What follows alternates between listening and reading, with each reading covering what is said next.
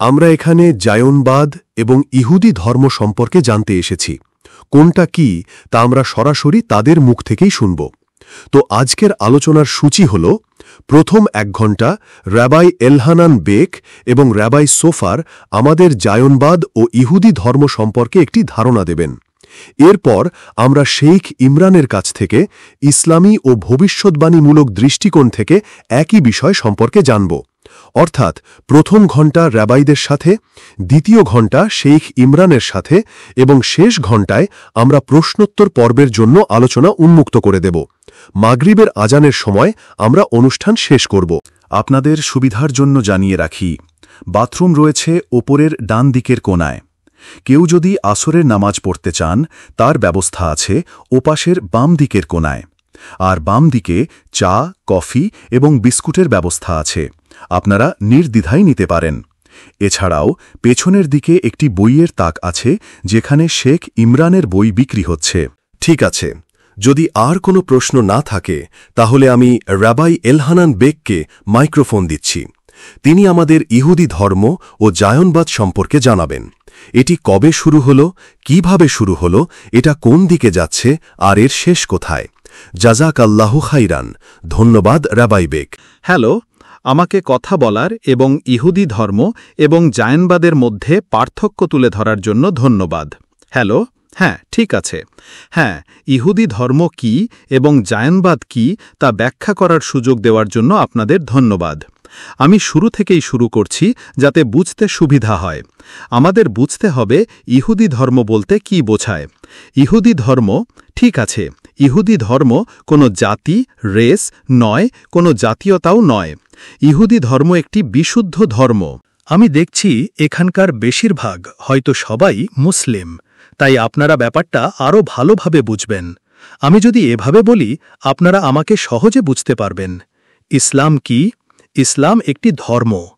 আপনি একজন ইংরেজ মুসলিম হতে পারেন, ফরাসি মুসলিম হতে পারেন, চীনা হতে পারেন, আপনি কালো বা সাদা হতে পারেন, এতে কোনো তফাৎ নেই। যে ব্যক্তি ইসলামের মূল নীতিতে বিশ্বাস করে সেই মুসলিম, আর যে এই নীতিগুলোতে বিশ্বাস করে না তাকে মুসলিম হিসেবে গণ্য করা হয় না। যদি কেউ আপনাকে বলে, আমি মুসলিম কিন্তু আমি অবিশ্বাসী, আপনি তাকে কি বলবেন? আপনি বলবেন, দুঃখিত, আপনি মুসলিম নন। সে হয়তো বলবে, আপনি কথা কিভাবে বলতে পারেন? আমি 10 প্রজন্ম ধরে মুসলিম। আপনি তাকে আবার জিজ্ঞেস করবেন, আপনি বিশ্বাস করেন নাকি করেন না?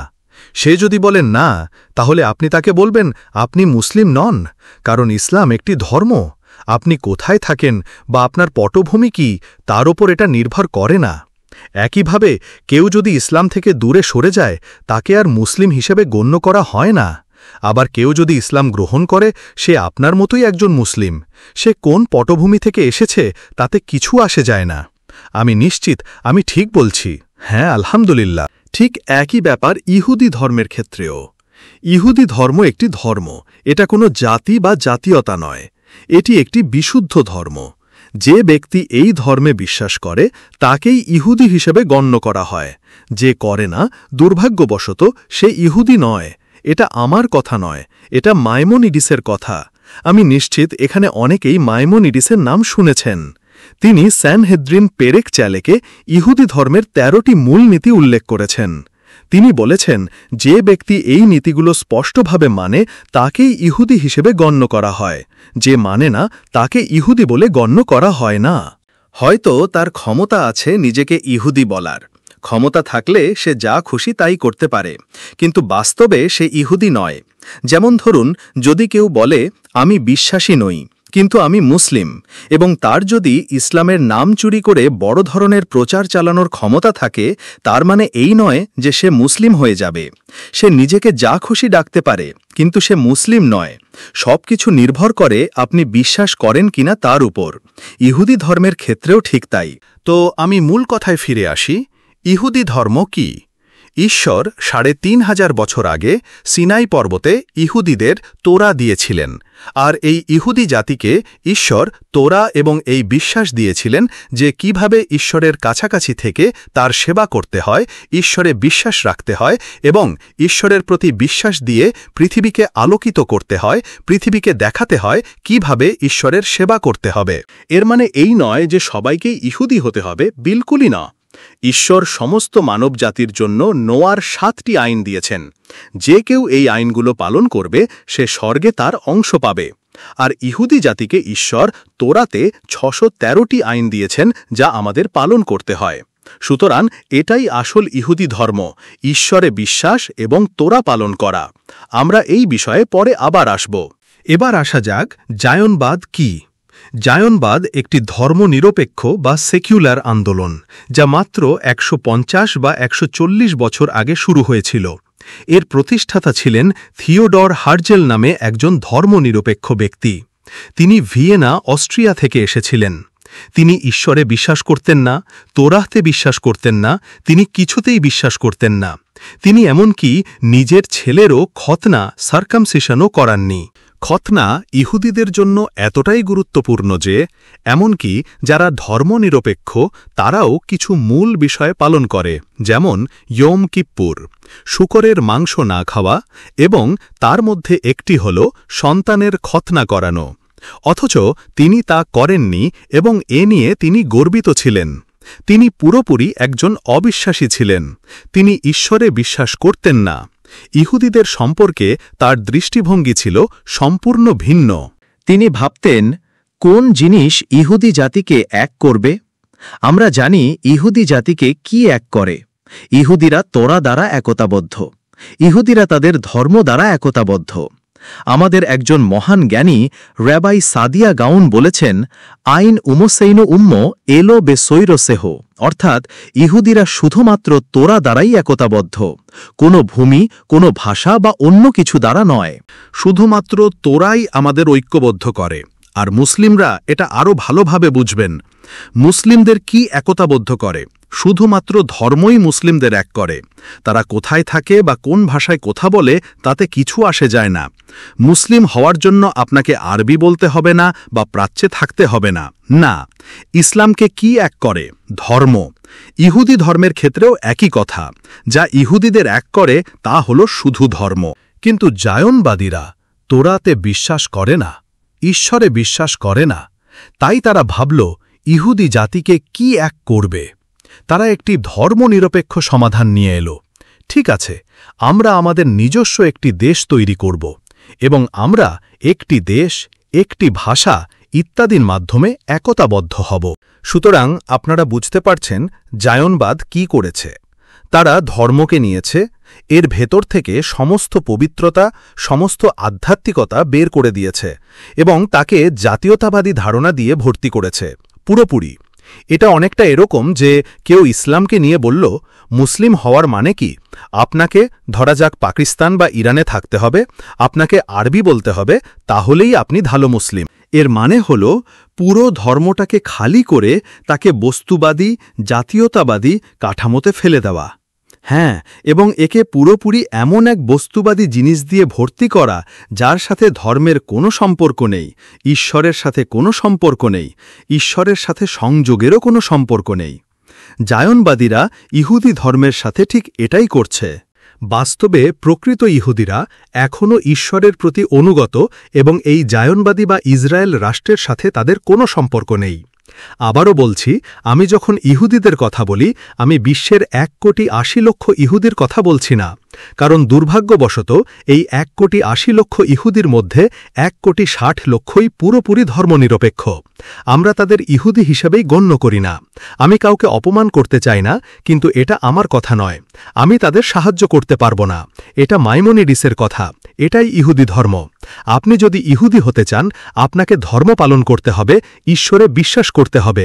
তা না হলে তাদের ইহুদি হিসাবে গণ্য করা হয় না। আর আমি শুধু আমার মতো দেখতে মানুষদের পক্ষ থেকে কথা বলছি। এই ধরনের মানুষরা মূলত স্ট্যামফোর্ড হিলে বসবাস করে।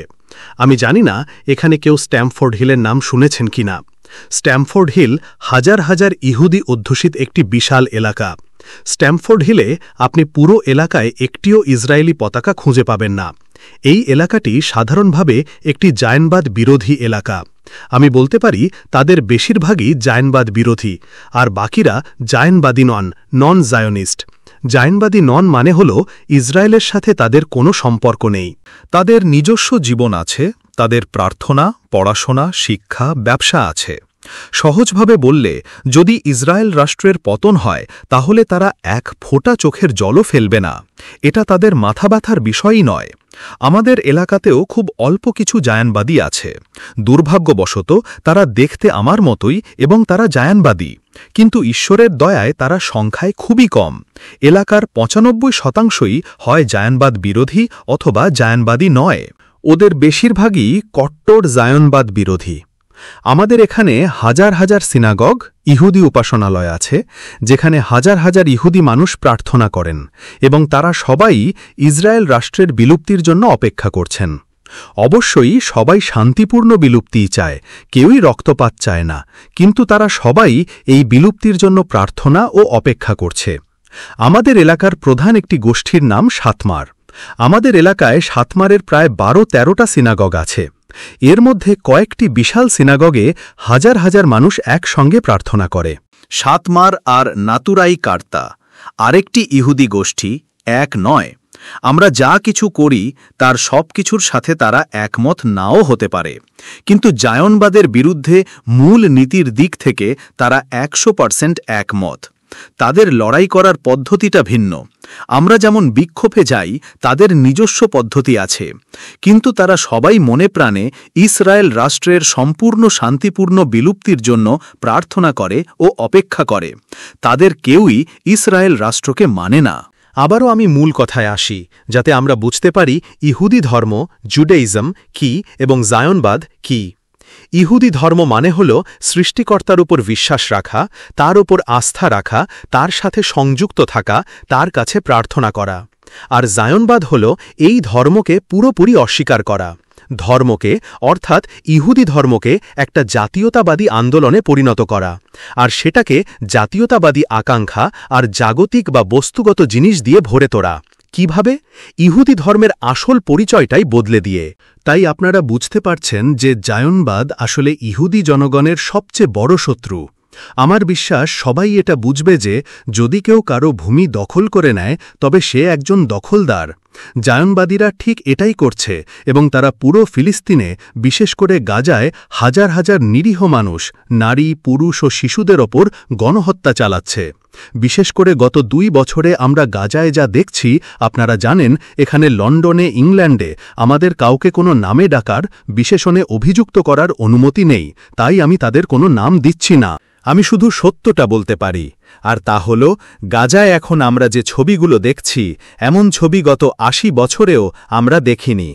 শেষবার এমনটা আমরা দেখেছিলাম পোল্যান্ডে, নাৎসিদের অধীনে। আবারও বলছি, আমি কাউকে কোনো নাম দিচ্ছি না। আইনত আমরা কাউকে কোনো নামে ডাকতে পারি না, কিন্তু দুর্ভাগ্যবশত এটাই বাস্তবতা। সেখানে আমরা যে ছবিগুলো দেখছি, মানুষ না খেতে পেয়ে মারা যাচ্ছে, শিশুরা ক্ষুধায় কাতরাচ্ছে। আমি রাতে ঘুমাতে পারি না, আমরা পাগল হয়ে যাচ্ছি এসব দেখে। কিন্তু আমি আবার আগের প্রসঙ্গে ফিরে আসি, পরে আমরা এই বিষয়ে আবার কথা বলবো। আমি শুধু এটা বলতে চাই যে যখন কেউ কারো ভূমি কেড়ে নেয়, সে তার বড় শত্রু।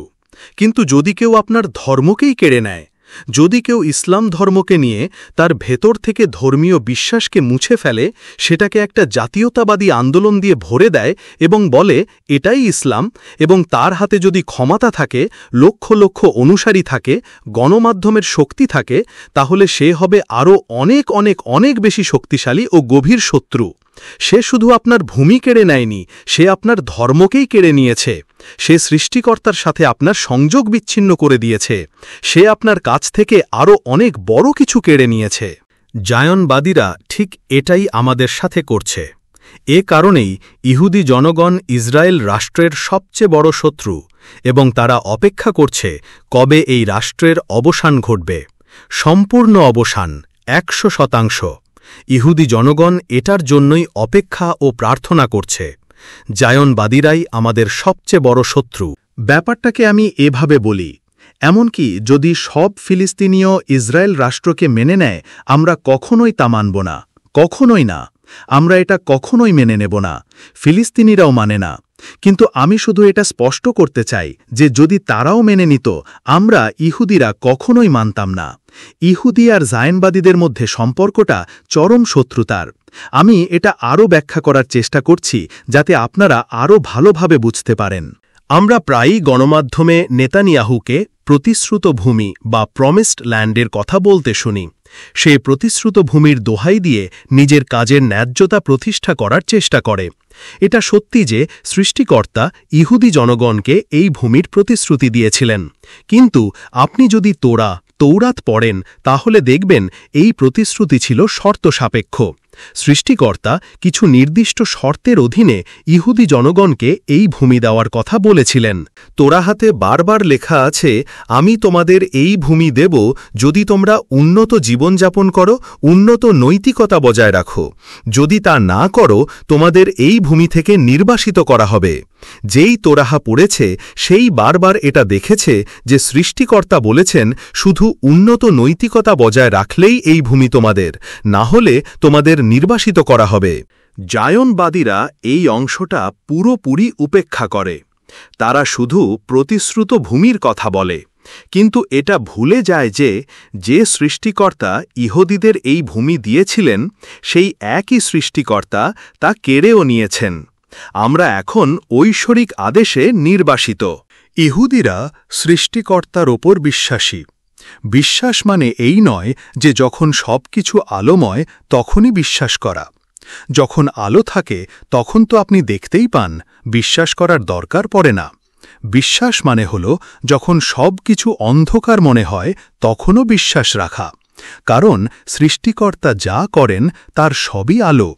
কিন্তু কখনো কখনো আমাদের সীমিত জ্ঞানে আমরা তা বুঝতে পারি না, কিন্তু আমরা সৃষ্টিকর্তার উপর বিশ্বাস রাখি, এমনকি যখন পরিস্থিতি অন্ধকার মনে হয়। ইহুদিরা এখন নির্বাসনে আছে। সৃষ্টিকর্তা আমাদের নির্বাসনে পাঠিয়েছেন। আমরা তার উপর বিশ্বাস হারাইনি, আস্থা হারাইনি। যখন সৃষ্টিকর্তা আমাদের নির্বাসনে পাঠিয়েছেন, আমরা নির্বাসনেই আছি। আমি ব্যাপারটা সহজভাবে বোঝানোর জন্য সবসময় একটা উদাহরণ দিই। বাবা যখন সন্তানকে বলেন, তুমি দুষ্টুমি করেছ, 10 মিনিটের জন্য কোনায় দাঁড়িয়ে থাকো, আর সে যদি বেরিয়ে আসে, তার মানে কি?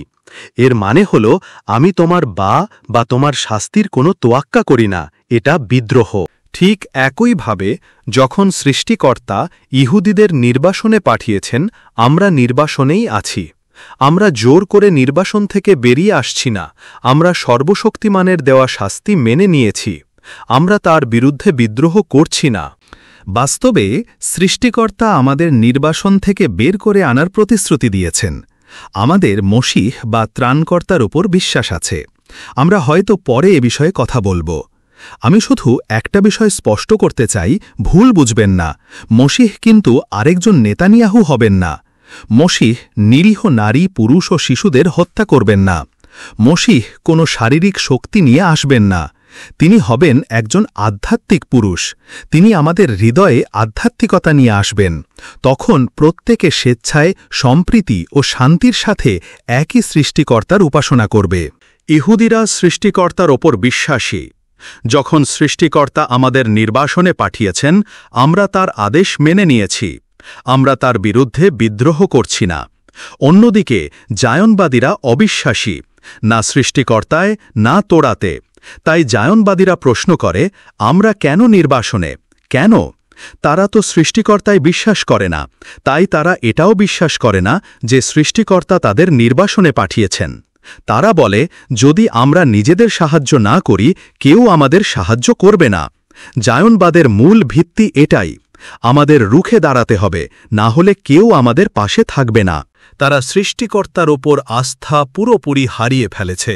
তারা বলে, আমাদের সৃষ্টিকর্তার বিরুদ্ধে, নির্বাসনের আদেশের বিরুদ্ধে বিদ্রোহ করতে হবে, বেরিয়ে আসতে হবে, নিজেদের প্রতিষ্ঠিত করতে হবে। এটাই জায়নবাদী আন্দোলন, যা মাত্র 130-140 বছরের পুরনো।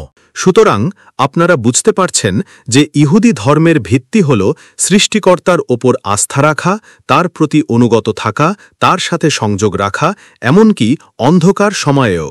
আর জায়নবাদের ভিত্তি হল সৃষ্টিকর্তাকে অবিশ্বাস করা, তার ওপর আস্থা না রাখা, তার বিরুদ্ধে বিদ্রোহ করা এবং নিজের পায়ে দাঁড়ানো, তার জন্য অপেক্ষা না করা।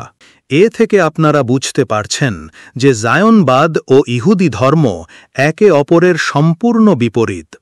মৌলিকভাবেই এরা একে অপরের উল্টো। ইহুদি ধর্ম হল সৃষ্টিকর্তার ওপর বিশ্বাস, আর জায়নবাদ হল সৃষ্টিকর্তাকে অবিশ্বাস করা, তার থেকে দূরে সরে যাওয়া। জায়নবাদীরা যদি ফিলিস্তিনি জনগণের মাথার ওপর নয়, কোনো একটি স্বাধীন দেশেও রাষ্ট্র তৈরি করত, তবুও তা ইহুদি ধর্ম মতে ভুল হতো। আর এখন তো তারা অন্যের ওপর অত্যাচার করে, তাদের হত্যা করে, তাদের ভূমি কেড়ে নিয়ে এটা করছে। তোরাতে স্পষ্ট লেখা আছে, হত্যা করো না, চুরি করো না। এটা তো 10টি আদেশের 10 কমান্ডমেন্টসের অন্যতম। জায়নবাদীরা ঠিক এটাই করছে। কারণ যখন আপনি সৃষ্টিকর্তার ওপর বিশ্বাস হারিয়ে ফেলেন, তখন আপনি আপনার সমস্ত মানবিকতা, সততা সব কিছু হারিয়ে ফেলেন। জায়নবাদীরা এখন বর্বরের মতো আচরণ করছে। গাজায় যা হচ্ছে তা অবিশ্বাস্য। আর তারা যখন ধর্মকে ব্যবহার করে এই কাজগুলো করে, তখন এই অপরাধকে দ্বিগুণ, 3 গুণ, শতগুণ বাড়িয়ে দেয়। তোরাহাতে লেখা আছে হত্যা না করতে, ভূমি চুরি না করতে। তোরাহা অনুযায়ী ইসরায়েল রাষ্ট্রের অস্তিত্ব থাকার কোনো অধিকারই নেই, 1 ইঞ্চি ভূমিরও অধিকার নেই। আমরা 2 রাষ্ট্র সমাধানে বিলপুর বিশ্বাস করি না, কারণ ইহুদিরা নির্বাসনে আছে। আমাদের কোনো রাষ্ট্র পরিচালনা করার অধিকার নেই, 1 ইঞ্চি ভূমিরও নয়। তোরাহার শিক্ষা অনুযায়ী নদী থেকে সাগর পর্যন্ত পুরো ভূখণ্ড সম্পূর্ণরূপে ফিলিস্তিনিদের কাছে ফিরিয়ে দেওয়া উচিত। এটাই তোরাহার শিক্ষা, আর এ কারণেই আমরা প্রতিবাদ জানাতে বেরিয়ে এসেছি। দুর্ভাগ্যজনকভাবে জায়নবাদীদের হাতে মিডিয়ার ক্ষমতা, দুর্ভাগ্যজনকভাবে তাদের হাতে তথাকথিত ইহুদি জনগণের ক্ষমতাও আছে। এই যে 18 মিলিয়ন ইহুদির কথা বলা হয়, আমি আপনাদের বলছি তাদের মধ্যে 16 মিলিয়নই দুর্ভাগ্যজনকভাবে ধর্মনিরপেক্ষ, সেকুলার, মানে তারা ধর্ম মানে না। আমরা তাদের ইহুদি হিসেবে গণ্য করি না। কিন্তু জায়নবাদীদের ক্ষমতা আছে, আর তারা বলে না, ওরাও ইহুদি, ওরাই আসল ইহুদি। ওরা বলে আমরা নাকি খুব সামান্য কিছু মানুষ, কিন্তু ঈশ্বরের কৃপায় আমরা সংখ্যায় লক্ষ লক্ষ। হ্যাঁ, দুর্ভাগ্যজনকভাবে আজ 16 মিলিয়ন ধর্মনিরপেক্ষ ইহুদি আছে। আমরা কি করতে পারি? কিন্তু আমি আপনাদের অবশ্যই বলবো যে এই ধর্মনিরপেক্ষ ইহুদিদের মধ্যেও বিশাল বিশাল বিশাল একটা অংশ আছে যারা ইসরায়েল রাষ্ট্রের বিরুদ্ধে। আমার তাদের সাথে সরাসরি কোনো যোগাযোগ নেই, কিন্তু আমি লন্ডনের সব র্যালিতে যাই এবং সেখানে যখন বক্তারা কথা বলতে ওঠেন, আমি শুনি তাদের বেশিরভাগেরই ইহুদি নাম। তাই আমি দেখতে পাই যে ধর্মনিরপেক্ষ ইহুদিদের মধ্যেও একটা বিশাল জনগোষ্ঠী ইসরায়েল রাষ্ট্রের বিরুদ্ধে। তবে আমি তাদের পক্ষ থেকে কথা বলছি না, আমি সেই আসল ইহুদিদের পক্ষ থেকে কথা বলছি, যারা সৃষ্টিকর্তার উপর বিশ্বাস রেখে তাওরাত অনুযায়ী জীবনযাপন করে। এ থেকে আপনারা বুঝতে পারবেন যে ইহুদি ধর্ম, জুরাইজম, আর জায়নবাদ, জায়নিজম দুটো সম্পূর্ণ ভিন্ন জিনিস। ইহুদিরা জায়নবাদী নয়, আর জায়নবাদীরা ইহুদি নয়। এই দুটোকে একসাথে মেলানো যাবে না, কখনোই না। ইহুদি ধর্ম মতে, আমি যেমনটা আগেই বলেছি, ইহুদিদের ওই ভূমিতে কোনো অধিকার নেই। আমরা প্রায়ই শুনি জায়নবাদীরা বলে আমাদের আত্মরক্ষা করার অধিকার আছে, আর দুর্ভাগ্যজনকভাবে আমাদের সরকার বা অন্য দেশের সরকারগুলোও একই কথা বলে যে ইসরায়েলের আত্মরক্ষা করার অধিকার আছে। কিন্তু আমি আপনাদের একটা প্রশ্ন করি। প্রথমত, আপনাদের সেখানে থাকার অধিকারটা দিল কে? ওটা তো আপনাদের দেশ না। আপনারা ফিলিস্তিনি জনগণের কাছ থেকে সেই ভূমির লুট করেছেন, তাদের ভূমি ফেরত দিন, ব্যাস এটুকুই। আপনি কারো বাড়ি দখল করে নিয়ে বলতে পারেন না যে আমার নিজেকে রক্ষা করার অধিকার আছে। আগে বাড়িটা তার আসল মালিককে ফেরত দিন। ফিলিস্তিনেও ঠিক এটাই হওয়া উচিত। আসল মালিকদের কাছে তাদের ভূমি ফিরিয়ে দিন।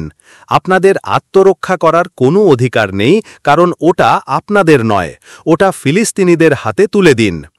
জায়নবাদীরা বলে ফিলিস্তিনি বলে কেউ নেই, তারা কখনোই ওখানে ছিল না। তারা এমনও বলে যে ফিলিস্তিনি শব্দের অর্থ হল ভূমিহীন মানুষ, আর ফিলিস্তিন ছিল মানুষবিহীন ভূমি। তারা বোঝাতে চায় যে ওটা একটা খালি জায়গা ছিল। আমি সবসময় এর উত্তরে বলি, আপনি তাদের যে নামেই ডাকুন না কেন তাতে কিছু যায় আসে না। একটা দেশ সেই দেশের মানুষেরই, যারা সেখানে বাস করে। কারও অধিকার নেই সেই মানুষের কাছ থেকে তাদের দেশ কেড়ে নেওয়ার। আপনি তাদের যে নামেই দিন না কেন তাতে কিছু আসে যায় না। আপনি ইংল্যান্ডের মানুষের কাছ থেকে ইংল্যান্ডকে কেড়ে নিতে পারেন না, কারও এই অধিকার নেই। এমনকি জাতিসংঘেরও এই অধিকার নেই যে ইংল্যান্ডকে কেড়ে নিয়ে ইতালিকে দিয়ে দেবে। ঠিক সেভাবেই ফিলিস্তিন সেই মানুষদেরই দেশ যারা সেখানে বাস করত। আপনি তাদের যে নামেই ডাকুন না কেন তাতে কিছু আসে যায় না। বিশ্ব এই মানুষগুলোকে ফিলিস্তিনি নামে ডাকে, সুতরাং এই দেশ তাদেরই। সবাই ইতিহাস জানে ১২০ বছর আগেও ফিলিস্তিনে ইহুদিদের সংখ্যা ছিল খুবই সামান্য, হয়তো 10% বা তারও কম। আমার সহকর্মী রাবাই সোফার ইতিহাসটা আরও ভালো জানেন, কিন্তু সংখ্যাটা খুবই কম ছিল।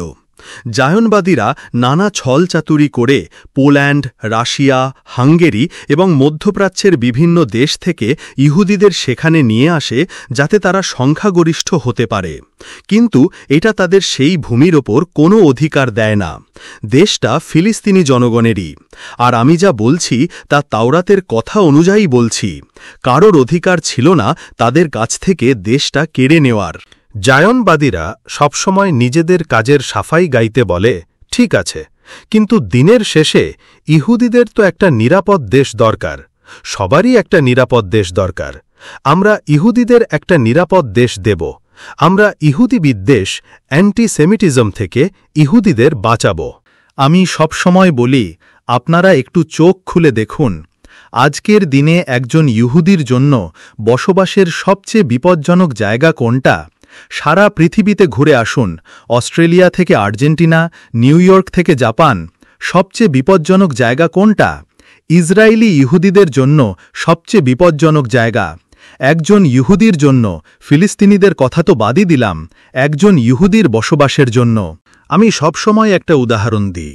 আমি ইংল্যান্ডে প্রায় 40 বছর ধরে বাস করছি।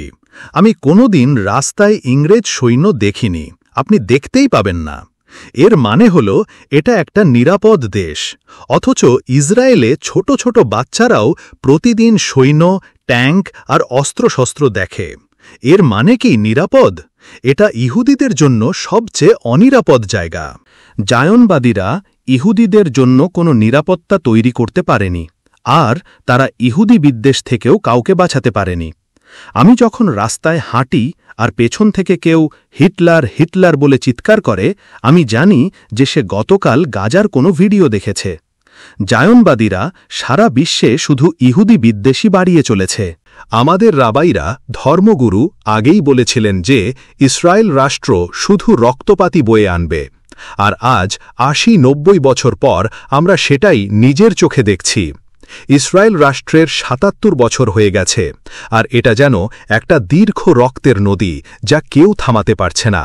জায়নবাদীরা বলে, ও, তোমরা আমাদের বিরুদ্ধে হলেও তোমাদের আমাদের সাথেই আসতে হবে, না হলে তোমাদের মেরে ফেলা হবে। তোমরা জানো না, পৃথিবীর সবচেয়ে বড় ইহুদি বিদ্বেষী হল মুসলমানরা। ওরা ইহুদিদের মারতে চায়, ওরা ইহুদিদের সমুদ্রে ফেলে দিতে চায়। তোমাদের আমাদের সাথে আসতেই হবে, নইলে তোমরা শেষ। এর চেয়ে বড় মিথ্যা আর কিছুই হতে পারে না। যারা সামান্য ইতিহাস জানেন, আমার মনে হয় রাবাই সোফারের এই বিষয়ে কথা বলা উচিত। আমি শুধু উল্লেখ করছি, তারা জানেন যে আমরা শত শত বছর ধরে সমস্ত মুসলিম দেশে সোনার মতো জীবন কাটিয়েছি। কিন্তু আমাদের ইতিহাসে যাওয়ারও দরকার নেই। শুধু আজকের দুনিয়ার দিকে চোখ খুলে তাকান। ৭৭ বছরের দখলদারির পর ৭৭ বছর ধরে ফিলিস্তিনিদের উপর গণহত্যা চালানোর পরও ইহুদিরা আজও সমস্ত মুসলিম দেশে শান্তিতে বসবাস করছে। মরক্কো, তিউনিশিয়া, তুরস্ক, ইরানে। ইরান তো ইসরায়েলের সবচেয়ে বড় শত্রু, তারপরও সেখানে ইহুদিরা শান্তিতে আছে। তারা জানেই না ইহুদি বিদ্বেষ কাকে বলে।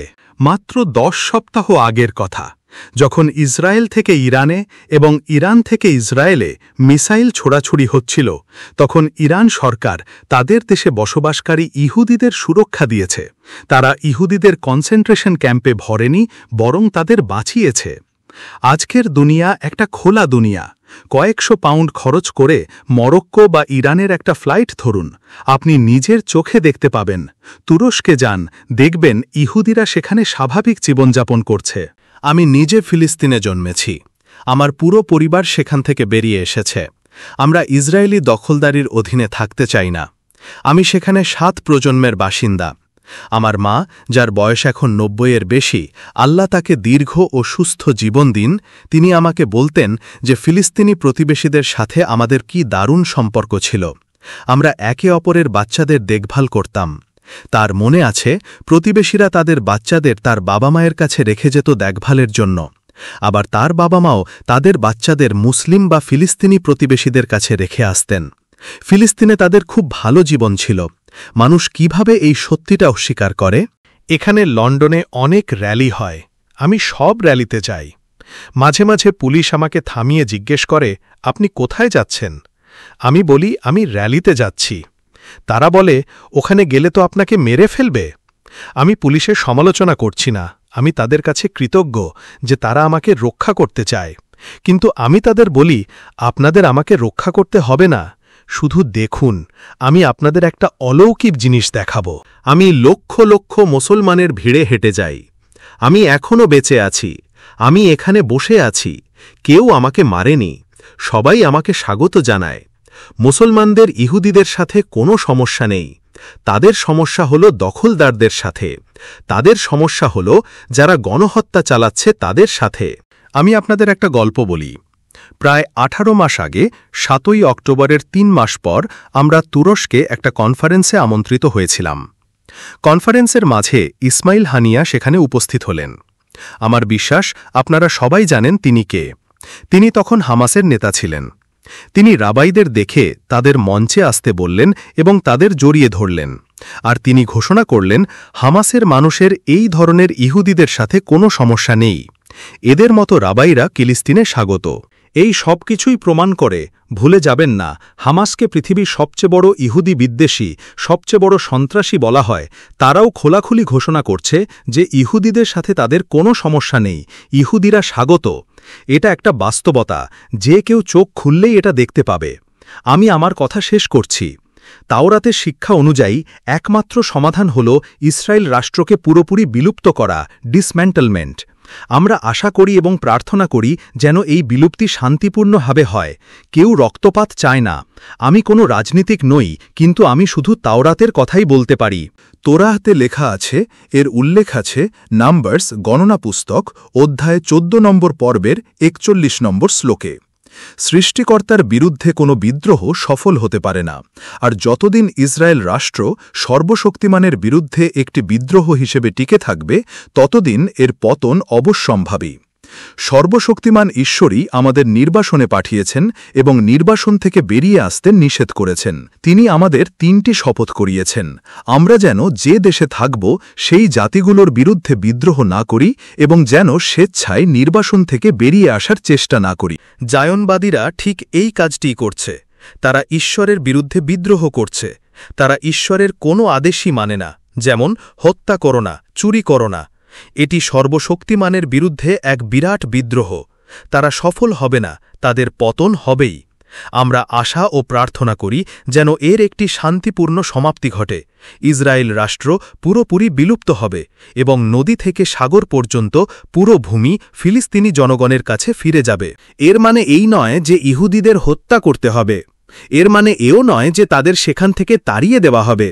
ইহুদিরা সেখানে বসবাস চালিয়ে যেতে পারে, ঠিক যেমনভাবে আমরা ইরানে বা মরক্কোতে বসবাস করি, একটি পূর্ণাঙ্গ ফিলিস্তিনি সরকারের অধীনে, এবং ইহুদিরা সেই সরকারের কোনো অংশীদার হবে না। আমাদের নির্বাসনেই থাকতে হবে এবং আমাদের ওপর ফিলিস্তিনি সরকারকে মেনে নিতে হবে। তাদের সমস্ত আইনকানুন আমাদের মেনে চলতে হবে। আমরা আশা ও প্রার্থনা করি যে সেই সময় আবার ফিরে আসবে, সেই দিন আসবেই। তবে আমরা আশা করি ও প্রার্থনা করি যে তা খুব শীঘ্রই এবং শান্তিপূর্ণভাবে হবে। আমাদের জীবন দশাতেই আমরা দেখব নদী থেকে সাগর পর্যন্ত ফিলিস্তিন মুক্ত হবে, ইনশাআল্লাহ। ধন্যবাদ। ধন্যবাদ রাবাই বেক। আপনাদের অসংখ্য ধন্যবাদ। আসসালামু আলাইকুম ওয়া রাহমাতুল্লাহি ওয়া বারাকাতুহু। আমাদের মুসলিম ভাইবোনদের মাঝে থাকতে পারাটা আমার জন্য এক বিশাল সুযোগ। আল্লাহ আপনাদের সবাইকে বরকতবান করুন।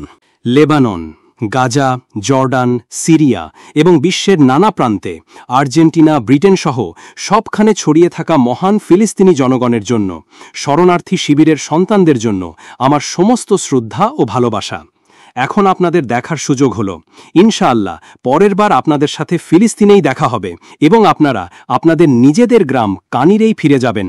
যে গ্রামটি আপনাদের কাছ থেকে কেড়ে নেওয়া হয়েছে, ইনশাআল্লাহ তা আবার আপনাদের কাছে ফিরে আসবে। যতই সময় লাগুক না কেন, আপনারা, আপনাদের সন্তান এবং আপনাদের নাতি নাতিনীরা ফিলিস্তিনে ফিরে যাবে। শুধু একটাই অনুরোধ, আমাকেও সাথে নিয়ে যাবেন। আচ্ছা, এখন শুরু করা যাক, ইনশাআল্লাহ। আমার মনে হয় আমার ভাইদের জন্য আরবিতে যা বলেছি তাই যথেষ্ট ছিল। আমি নিজেকে ধরে রাখতে পারিনি। এখানে আমার ফিলিস্তিনি ভাইদের দেখে আমি অত্যন্ত আনন্দিত, কিন্তু একই সাথে এটা খুব বেদনাদায়কও। আমি এখানে আমার পুরনো বন্ধু জনাব ওমর আল হুসেইনিকে দেখতে পাচ্ছি। তাকে দেখে আমি খুব খুশি। তিনি আমার ভাইয়ের মতো। ফিলিস্তিনের জন্য আয়োজিত আমাদের একটি অনুষ্ঠানে তার সাথে আমার পরিচয় হয়েছিল। সেই থেকে আমরা ভাইয়ের মতো হয়ে গেছি। কোনোদিন তার সাথে মেসেজে কথা না হলে আমার খুব রাগ হয়। তবে সত্যি বলতে, আমি তাকে যতটা পছন্দ করি তার চেয়ে বেশি পছন্দ করি তার বাবাকে। তার বাবা যেন ইতিহাসের এক জীবন্ত অংশ।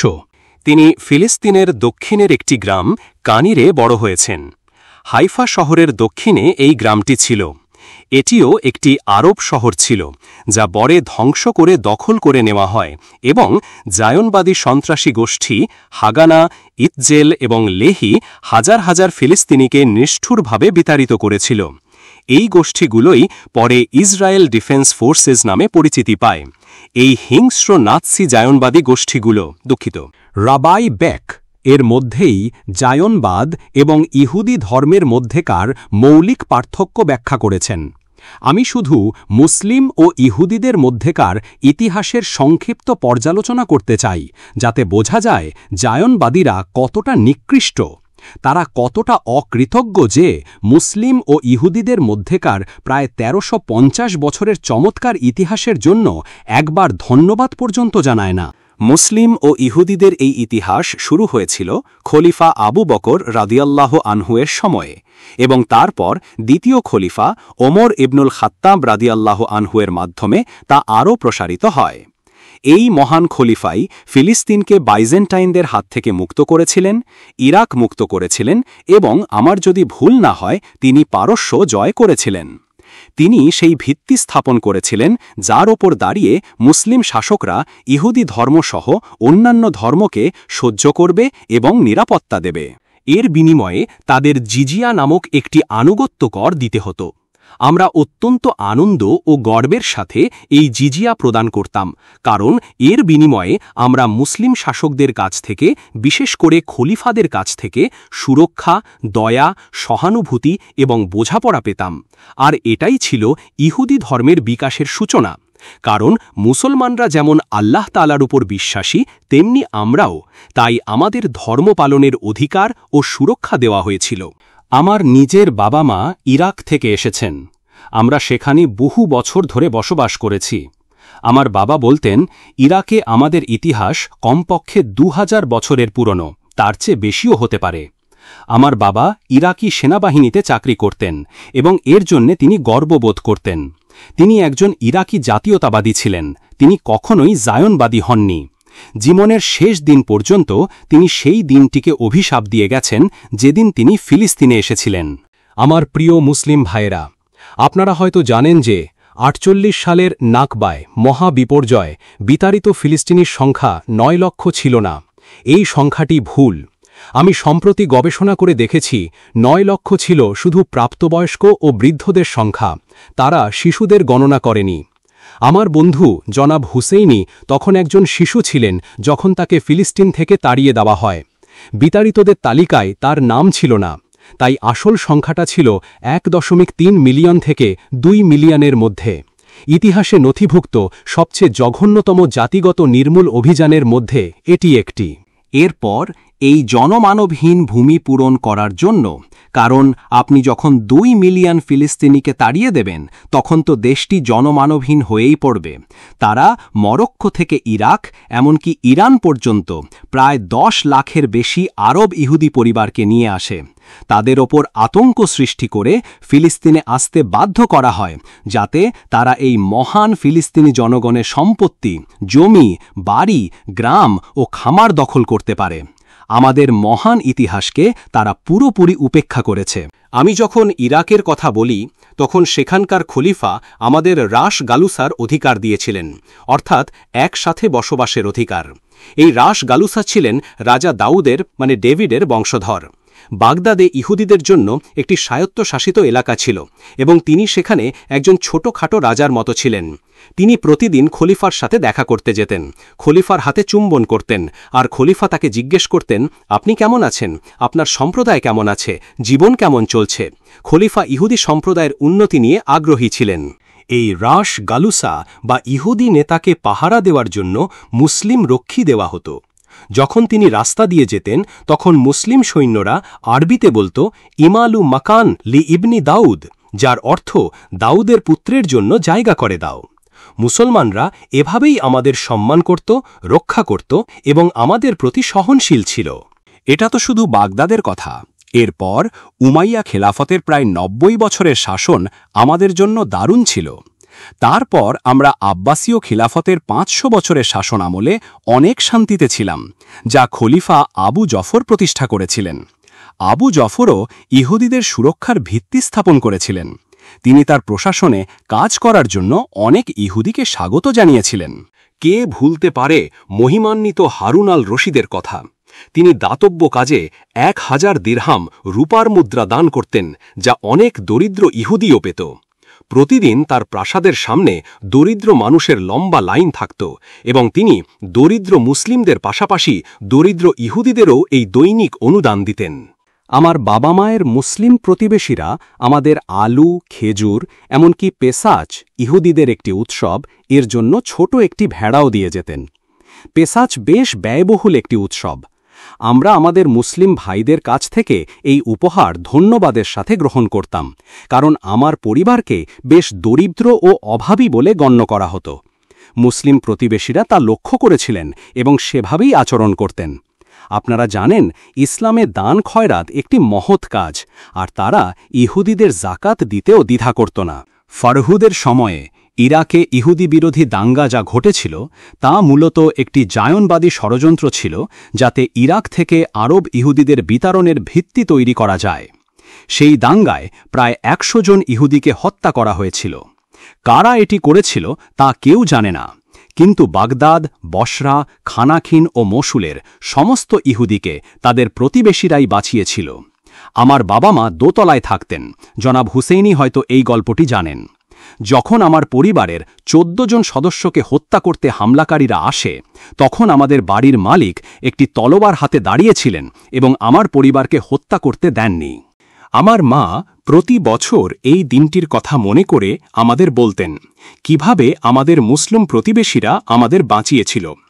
আমার মায়ের মনে আছে কিভাবে সেই বাড়ির মালিক 2টি মালগাড়ি বোঝাই করে কোষার ইহুদিদের জন্য হালাল খাবার নিয়ে এসেছিলেন।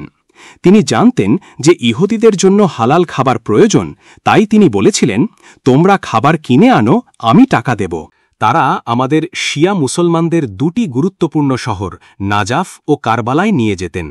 আমার মা বলতেন শহর দুটি কত সুন্দর ছিল। দুর্ভাগ্যবশত সাদ্দাম হোসেনের পতনের পর ইরাকে মার্কিন আগ্রাসনের সময় এই প্রাচীন ও সুন্দর শহর দুটি ধ্বংস হয়ে যায়। আমি মাকে জিজ্ঞেস করতাম, আপনার কি পুরনো শহরগুলোর কথা মনে আছে? তিনি বলতেন, হ্যাঁ অবশ্যই, আমি সেখানে অনেকবার গিয়েছি। মুসলিম প্রতিবেশীরা আমাদের সেখানে নিয়ে যেত। যখন আমি তাকে বললাম যে শহরগুলো ধ্বংস হয়ে গেছে, তিনি কাঁদছিলেন, কারণ তার মনে ছিল জায়গাগুলো কত সুন্দর ছিল।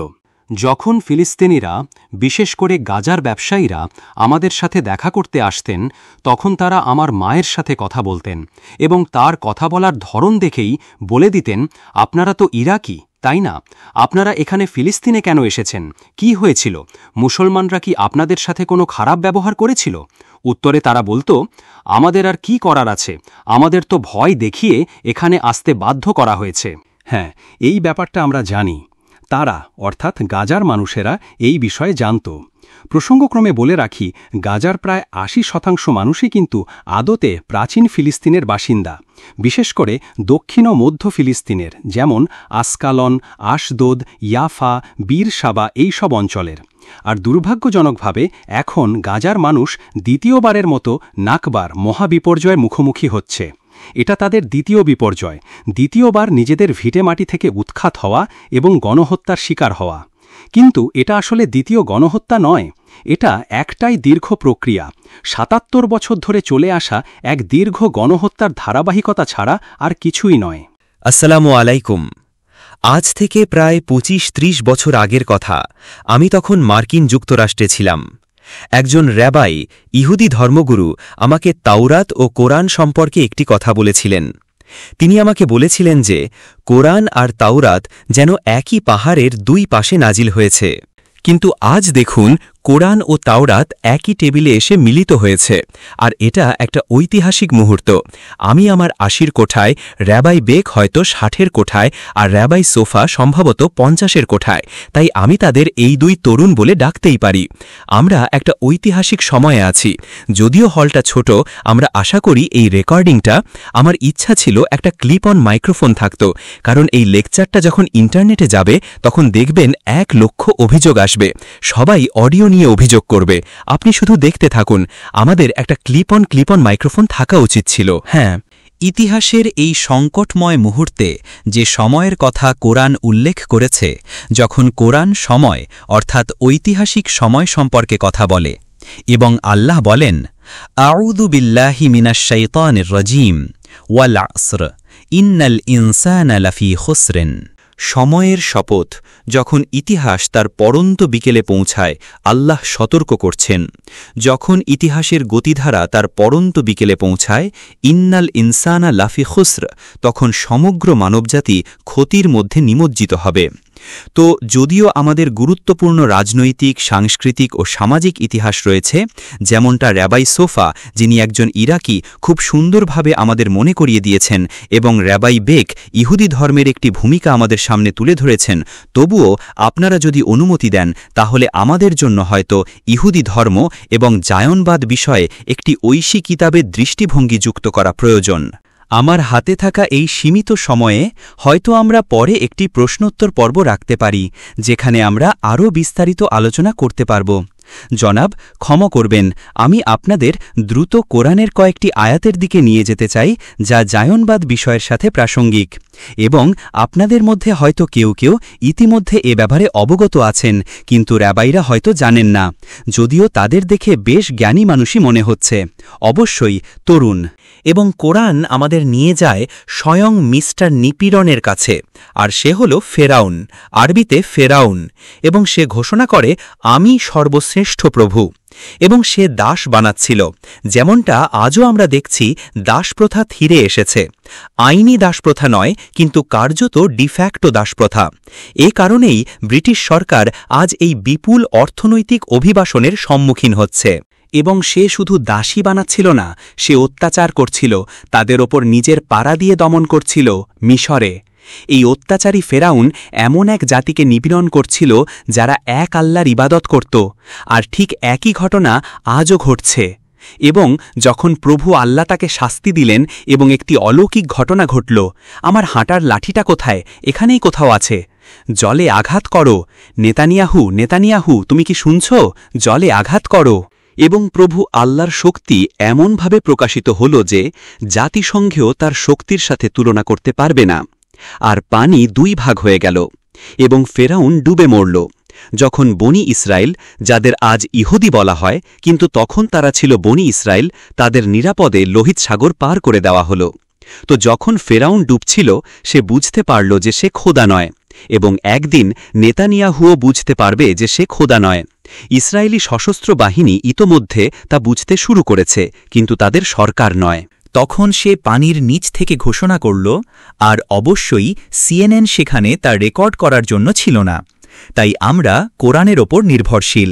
আল্লাহ বললেন এবং তিনি বললেন, আউযু বিল্লাহি মিনাশ শাইতানির রাজীম, আল আনা ওয়াকাদ আসালতা ক্বাবলু ওয়া কুনতা মিনাল মুফসিদিনা ফিল আরদ।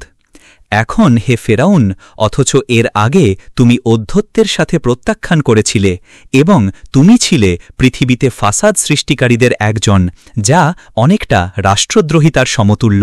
এবং তারপর তিনি ঘোষণা করলেন, আর এটাই ইতিহাস, ফালিয়াউমা নুনাজ্জিকা বিবাদানিক। আজ হে ফেরাউন, আমি তোমার দেহটিকে সংরক্ষণ করব। বাদান তোমার বাহ্যিক শরীর। কেন কেন প্রভু আল্লাহ একজন অত্যাচারীর, সর্বশ্রেষ্ঠ অত্যাচারীর শরীর সংরক্ষণ করছেন? কারণ ইতিহাস এখনও বাকি আছে এবং আজ যা করা হচ্ছে তা ভবিষ্যতের ইতিহাসের জন্য প্রাসঙ্গিক। লিতাকুনা লিমান খালফাকা আয়াতান ফালিয়াউমা নুনাজ্জিকা বিবাদানিক। কেন আমি এটা কেন করছি? লিতাকুনা লিমান খালফাকা আয়াতান, যাতে যখন তোমার এই শরীর পুনরায় আবিষ্কৃত হবে, যখন ইতিহাসে এটি আবার ভেসে উঠবে, তখন তোমার পরে এমন এক জাতি আসবে যারা তোমার মতো জীবনযাপন করবে এবং তোমার মতোই মৃত্যুবরণ করবে, আর আল্লাহই সবচেয়ে ভালো জানেন। জায়নবাদী আন্দোলন প্রতিষ্ঠিত হয়েছিল সেই দুর্ভাগ্যজনক 1897 সালে, এবং জায়নবাদী আন্দোলন প্রায় একই সময়ে প্রতিষ্ঠিত হয়েছিল। আর তাই এখন আমরা ফেরাউনের প্রত্যাবর্তন দেখছি। নেতানিয়াহু, তুমি কি শুনছ? এ কোরআন কথা বলছে। সুতরাং এখন গাজায় যা ঘটছে তার শেষটা ঠিক সেভাবেই হবে যেভাবে লোহিত সাগরে হয়েছিল। কিন্তু কোরআনে এটুকুই নয়, আমাদের এখন সামনে দেখতে হবে এক নির্মম নিপীড়ন, এক অত্যাচারী যে মানুষের ওপর তার রক্তাক্ত পাড়া ফেলবে, এক অত্যাচারী যে মানবজাতিকে তার ভুয়া মুদ্রা ব্যবস্থা আর ভুয়া ব্যাংকিং ব্যবস্থা দিয়ে নির্লজ্জভাবে দাস বানাবে। কিন্তু জায়নবাদীদের মাধ্যমে যা ঘটছে সে সম্পর্কে কোরআনে আরও কিছু আছে। কোরআন একটি জনপদ বা শহরের কথা বলে, আরবিতে কারিয়াহ, এবং প্রভু আল্লাহ সেই শহরকে ধ্বংস করে দিয়েছিলেন এবং সেই শহরের অধিবাসীদের সেখান থেকে বিতাড়িত করেছিলেন, এবং প্রভু আল্লাহ তাদের ওপর নিষেধাজ্ঞা আরোপ করেছিলেন যে তারা আর কখনোই সেই শহরে নিজেদের বলে দাবি করতে ফিরে আসতে পারবে না, হাত্তা অর্থাৎ যতক্ষণ না পর্যন্ত ইতিহাসের পরন্ত বিকেলের সেই মুহূর্তটি না আসা পর্যন্ত যখন সমগ্র মানবজাতি ক্ষতির মধ্যে থাকবে। সেই মুহূর্তে প্রভু আল্লাহ পৃথিবীতে ইয়াজুজ এবং মাজুজকে ছেড়ে দেবেন, এবং আমি আজ এই হল ছেড়ে যাচ্ছি না যতক্ষণ না রেবাই বেখ এবং রেবাই সোফা আমাদের ইহুদি এসক্যাটলজি বা পরকাল বিদ্যায় ইয়াজুজ ও মাজুজ সম্পর্কে ব্যাখ্যা করছেন। আমি কিন্তু আপনাদের সতর্ক করে দিচ্ছি, হাত্তা ইদা ফতিহাত ইয়াজুজ ওয়া মাজুজ, যতক্ষণ না ইয়াজুজ এবং মাজুজকে মুক্ত করা হবে, এবং যখন তাদের মুক্ত করা হবে তখন এমন কিছু ঘটবে যা ইতিহাসে মাত্র একবারই ঘটবে, শুধুমাত্র একবার। আপনারা কি শুনেছেন? তারা সারা বিশ্বে ছড়িয়ে পড়বে এবং তাদের অদম্য শক্তি দিয়ে, কারণ একমাত্র প্রভু আল্লাহই ইয়াজুজ এবং মাজুজকে ধ্বংস করতে পারেন। তারা বিশ্বের ক্ষমতার নিয়ন্ত্রণ নেবে এবং তারপর তারা সেই লোকদের সেই শহরে ফিরিয়ে আনবে যাতে তারা এটিকে নিজেদের বলে দাবি করতে পারে। এখন এটা ইমরান বলছে, প্রভু আল্লাহ তাদের বিতাড়িত করার 2000 বছর পর। এটা ইমরান বলছে। তাহলে কোন সেই শহর? এটি কোরআনের সূরা আল আম্বিয়াতে আছে। প্রত্যেক ফিলিস্তিনি এটা জানে, প্রত্যেক ফিলিস্তিনি এটা জানে। তাহলে এমনটা কেন যে ফিলিস্তিনিরা জানে না কোন সেই শহর? এর কারণ কি এই যে পরম সত্য শুধু কোরআনেই সীমাবদ্ধ নয়? এর কারণ কি এই যে পরম সত্য হাদিসেও রয়েছে? এর কারণ কি এই যে পরম সত্য তাফসিরেও রয়েছে? এই সব বাজে কথা আপনারা কোথায় পেয়েছেন? পরম সত্য শুধুমাত্র কোরআনে রয়েছে। তাহলে কোন সেই শহর? উত্তর, আপনারা নবী মুহাম্মদ সাল্লাল্লাহু আলাইহি ওয়াসাল্লামের কাছে যান না কেন? তিনি এই প্রশ্নের উত্তর দিন। তিনি যদি উত্তর দেন তাহলে বাকিদের চুপ থাকতে হবে, আর তিনিই বলেছেন যে ইয়াজুজ এবং মাজুজকে স্বয়ং প্রভু আল্লাহ জেরুজালেমে ধ্বংস করবেন। আপনারা যদি আগে এটা না জেনে থাকেন তাহলে মোহাম্মদ সাল্লাল্লাহু আলাইহি ওয়াসাল্লাম আজ আপনাদের হাদিসের মাধ্যমে তা জানিয়ে দিচ্ছেন। তাহলে ইয়াজুজ এবং মাজুজ হল এমন এক জাতি যারা জেরুজালেমের সাথে সম্পর্কিত। তাহলে কোন সেই শহর? উত্তর হল জেরুজালেম। সুতরাং যখন আপনারা দেখেন যে বনি ইসরায়েলকে জেরুজালেমে ফিরিয়ে আনা হচ্ছে, ইহুদিদের জেরুজালেমে ফিরিয়ে আনা হচ্ছে যাতে তারা এটিকে নিজেদের বলে দাবি করতে পারে, তাদের বিতাড়িত করার এবং তাদের ফিরে আসার ওপর নিষেধাজ্ঞা আরোপের 2000 বছর পর, তাহলে বলুন তাদের কে ফিরিয়ে আনল? ইয়াজুজ ও মাজুজ। তো ইয়াজুজ ও মাজুজ হল তারাই যারা আধুনিক পশ্চিমা সভ্যতার ক্ষমতার নিয়ন্ত্রক। এটা আমার দুর্ভাগ্য। একজন ইসলামিক স্কলার হিসেবে এটা আমার এক চরম দুর্ভাগ্য যে গত 30 বছর ধরে আমি একাই এই কথাগুলো বলে আসছি, আর আমার কথার জবাবে আমার জন্য মসজিদের দরজা বন্ধ করে দেওয়া ছাড়া তাদের কাছে আর কোনো উত্তর নেই। কিন্তু মোহাম্মদ আমিনকে ধন্যবাদ যে আজ আমি এই দুজন তরুণ, এই দুজন রাব্বি, আমার সাথে থাকা এই দুজন বিজ্ঞ রাব্বির উপস্থিতিতে কথা বলার সুযোগ পেয়েছি। তো ইয়াজুজ ও মাজুজ হল তারাই যারা আধুনিক পশ্চিমা বিশ্বের ক্ষমতা নিয়ন্ত্রণ করে এবং যাদের পবিত্র ভূমির প্রতি একটা ঘোর বা অবসেশন আছে। এটাই সঠিক শব্দ, পবিত্র ভূমির প্রতি একটা ঘোর। যদিও তারা বলে আমরা এক সেকুলার সভ্যতা, ধর্ম আর রাজনীতিকে আলাদা রাখতে হবে, কিন্তু তারপরেও পবিত্র ভূমির প্রতি তাদের একটা ঘোর রয়ে গেছে। এরাই সেই লোক যারা ইহুদিদের জন্য পবিত্র ভূমিকে মুক্ত করেছিল। এরাই ইহুদিদেরকে ছলে বলে কৌশলে পবিত্র ভূমিতে ফিরিয়ে এনেছে। আপনি ফিরতে না চাইলেও আপনাকে ফিরতে বাধ্য করা হয়েছে। এরাই পবিত্র ভূমিতে ইসরায়েল নামে একটি ভুয়া রাষ্ট্র প্রতিষ্ঠা করেছে, আর এরাই এখন একটি ভুয়া প্যাক্স জুডাইকা প্রতিষ্ঠা করতে যাচ্ছে, যা কিনা একটি ভুয়া প্যাক্স আমেরিকানার জায়গা নেবে, যা নিয়েছিল একটি ভুয়া প্যাক্স ব্রিটানিকার জায়গা। সুতরাং প্রথমে ছিল প্যাক্স ব্রিটানিকা, তারপর প্যাক্স আমেরিকানা, আর এখন আসছে প্যাক্স জুডাইকা। আমিন। আমাকে সময় শেষ বলার আগে আমার হাতে যে সীমিত সময় আছে তার মধ্যেই আমি এই ইহুদিবাদ থেকে জায়নবাদে উত্তরণের বিষয় দিতে একটি শাস্ত্রীয় মাত্রা যোগ করেছি। আর আমি বিশ্বাস করি মুসলিম বিশ্ব যারা আজ এই লেকচার শুনছে তারা রাব্বি বেক এবং রাব্বি সোফার কাছ থেকে ইহুদিদের এসক্যাটলজি, পরকাল বিদ্যা সম্পর্কে শুনতে আগ্রহী হবে, যা জায়নবাদের এই ঘটনাকে ব্যাখ্যা করে। ধন্যবাদ। ওয়াসসালামু আলাইকুম ওয়ারাহমাতুল্লাহ। রব্বি সোফা আর রব্বি বেক। আমি দর্শকদের কাছে যাওয়ার আগে আপনারা কি শেখ ইমরানের প্রশ্নের উত্তর দেবেন? আচ্ছা, প্রশ্নটা আরেকটু সহজ করে বলবেন? প্রশ্নটা হল ইসলামিক দৃষ্টিভঙ্গি, দুঃখিত, ইহুদি দৃষ্টিভঙ্গি, তোরা অনুসারে ইয়াজুজ ও মাজুজ সম্পর্কে ইহুদিদের পরকালতাত্ত্বিক দৃষ্টিভঙ্গিটা কি? আমি কোনো ধর্ম প্রচারক নই, আর আমি ভয় পাচ্ছি যে আমার কথা হয়তো ইসলামের সাথে সাংঘর্ষিক হতে পারে, কিন্তু যেহেতু আমাকে প্রশ্ন করা হয়েছে আমি উত্তর দিতে চাই। আমরা বিশ্বাস করি যে মেসাইয়ার যুগে এই পৃথিবীটা একটা উন্নত আধ্যাত্মিক পৃথিবীতে পরিণত হবে। আমি যেমনটা ব্যাখ্যা করেছি, মেসাইয়া কোনো সেনাপতি নন, তিনি এমন একজন নেতা হবেন যিনি পুরো পৃথিবীকে এক ঈশ্বরের উপাসনার জন্য একত্রিত করবেন। সব জাতি, এমনকি চীন যারা অবিশ্বাসী এবং ভারত যারা ঈশ্বরে বিশ্বাস করে না, তারাও আল্লাহর ইবাদত করার জন্য একত্রিত হবে। সমগ্র বিশ্বব্রহ্মাণ্ড এক ঈশ্বরের উপাসনা করবে। আমরা সবাই ভাই বোন হয়ে যাব, আর কোনো পার্থক্য থাকবে না। সেই সময়ে পৃথিবী এতটাই আধ্যাত্মিক হয়ে উঠবে যে এমনকি পশুদেরও একে অপরকে হত্যা করার স্বাভাবিক প্রবৃত্তি থাকবে না, কারণ পৃথিবীটা হবে অত্যন্ত আধ্যাত্মিক। মানুষ আর টাকা, সোনা বা হীরার পেছনে ছুটবে না। সবাই শুধু ব্যস্ত থাকবে এই বলে যে আমাকে একা থাকতে দাও, আমি আল্লাহর কাছাকাছি হতে চাই। এটাই হবে মেসাইয়ার যুগ। কিন্তু সম্মানিত শেখ যে ইয়াজুজ মাজুজের কথা বললেন, নবী জেকারিয়া এবং ইহেজকেল উভয়ের পুস্তকেই ইয়াজুজ মাজুজের কথা উল্লেখ আছে, এবং ইয়াজুজ ও মাজুজ হবে দুটি জাতি। আমি বলতে চাই না তারা কোন জাতি, কারণ প্রায় 200 বছর আগে একজন রাব্বি এই দুটি জাতিকে চিহ্নিত করেছিলেন যে কে ইয়াজুজ আর কে মাজুজ। এরা এমন দুটি জাতি যারা এটা মেনে নেবে না যে পুরো পৃথিবী এক ঈশ্বরের উপাসনা করবে। তারা এই ব্যাপারটাকে ধ্বংস করতে চাইবে যে পৃথিবী আধ্যাত্মিকতার দিকে এগিয়ে যাচ্ছে, মানুষ আল্লাহর সেবা করছে, আরও পবিত্র হচ্ছে, ঈশ্বরের প্রতি আরও অনুগত হচ্ছে, আর পৃথিবীতে কোনো যুদ্ধ নেই, কোনো রক্তপাত নেই। ইয়াজুজ ও মাজুজ এই যুগটাকে, এই মহান সময়টাকে মেনে নেবে না। তাই তারা জেরুজালেমে মেসায়া এবং যারা ঈশ্বরের রাজত্ব মেনে নিয়েছে তাদের বিরুদ্ধে যুদ্ধ করতে আসবে এবং তারপর তারা ধ্বংস হয়ে যাবে। এটাই আসলে জেকারিয়ার পুস্তকে লেখা আছে।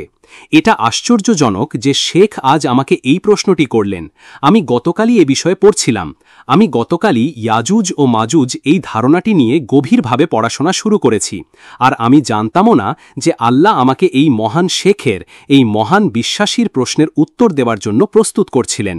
তো ইহুদি দৃষ্টিভঙ্গি থেকে ইয়াজুজ ও মাজুজ হবে দুটি হিংস্র জাতি যারা জেরুজালেমে আল্লাহর বিরুদ্ধে যুদ্ধ করতে আসবে, আর আল্লাহ ইনশা আল্লাহ তাদের ধ্বংস করে দেবেন এবং সব জাতি আবার একত্রিত হয়ে শুধু এক ঈশ্বরের উপাসনার কথাই ভাববে। তখন আর বস্তুবাদ নিয়ে কোনো চিন্তা থাকবে না। পৃথিবীতে প্রাচুর্য হবে আবর্জনার মতো।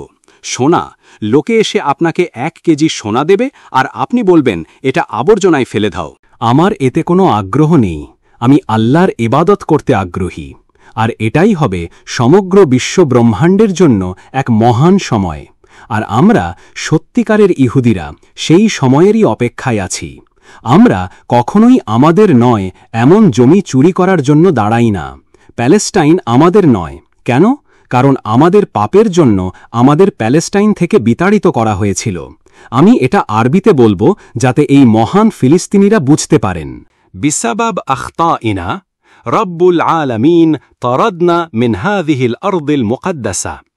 আমাদের পাপের কারণে আমরা আমাদের পাপ স্বীকার করি। আমরা আমাদের পাপের জন্য অনুতপ্ত, যা এই নির্বাসনের কারণ হয়েছিল। আর আমরা শুধু সেই দিনের অপেক্ষায় আছি যেদিন আমরা সব জাতির সাথে একসাথে দাঁড়িয়ে কোনো সমস্যা ছাড়াই স্বাধীনভাবে ঈশ্বরের উপাসনা করতে পারব। তাহলে রাব্বি সোফা, আপনার কথা শেষ করার আগে যদি বলি, তোরা অনুযায়ী আপনি বলতে চাইছেন যে ইয়াজুজ ও মাজুজ এখনও আসেনি? হ্যাঁ, এই ভূমিতে, এই পৃথিবীতে এটা শুরু হয়ে গেছে। ইয়াজুজ ও মাজুজের এজেন্ট সব জায়গায় ছড়িয়ে আছে। ঠিক, এর প্রস্তুতি চলছে। ইয়াজুজ ও মাজুজ হঠাৎ করে একদিন যুদ্ধ ঘোষণা করবে না যে ঠিক আছে কালকে যুদ্ধ করতে হবে।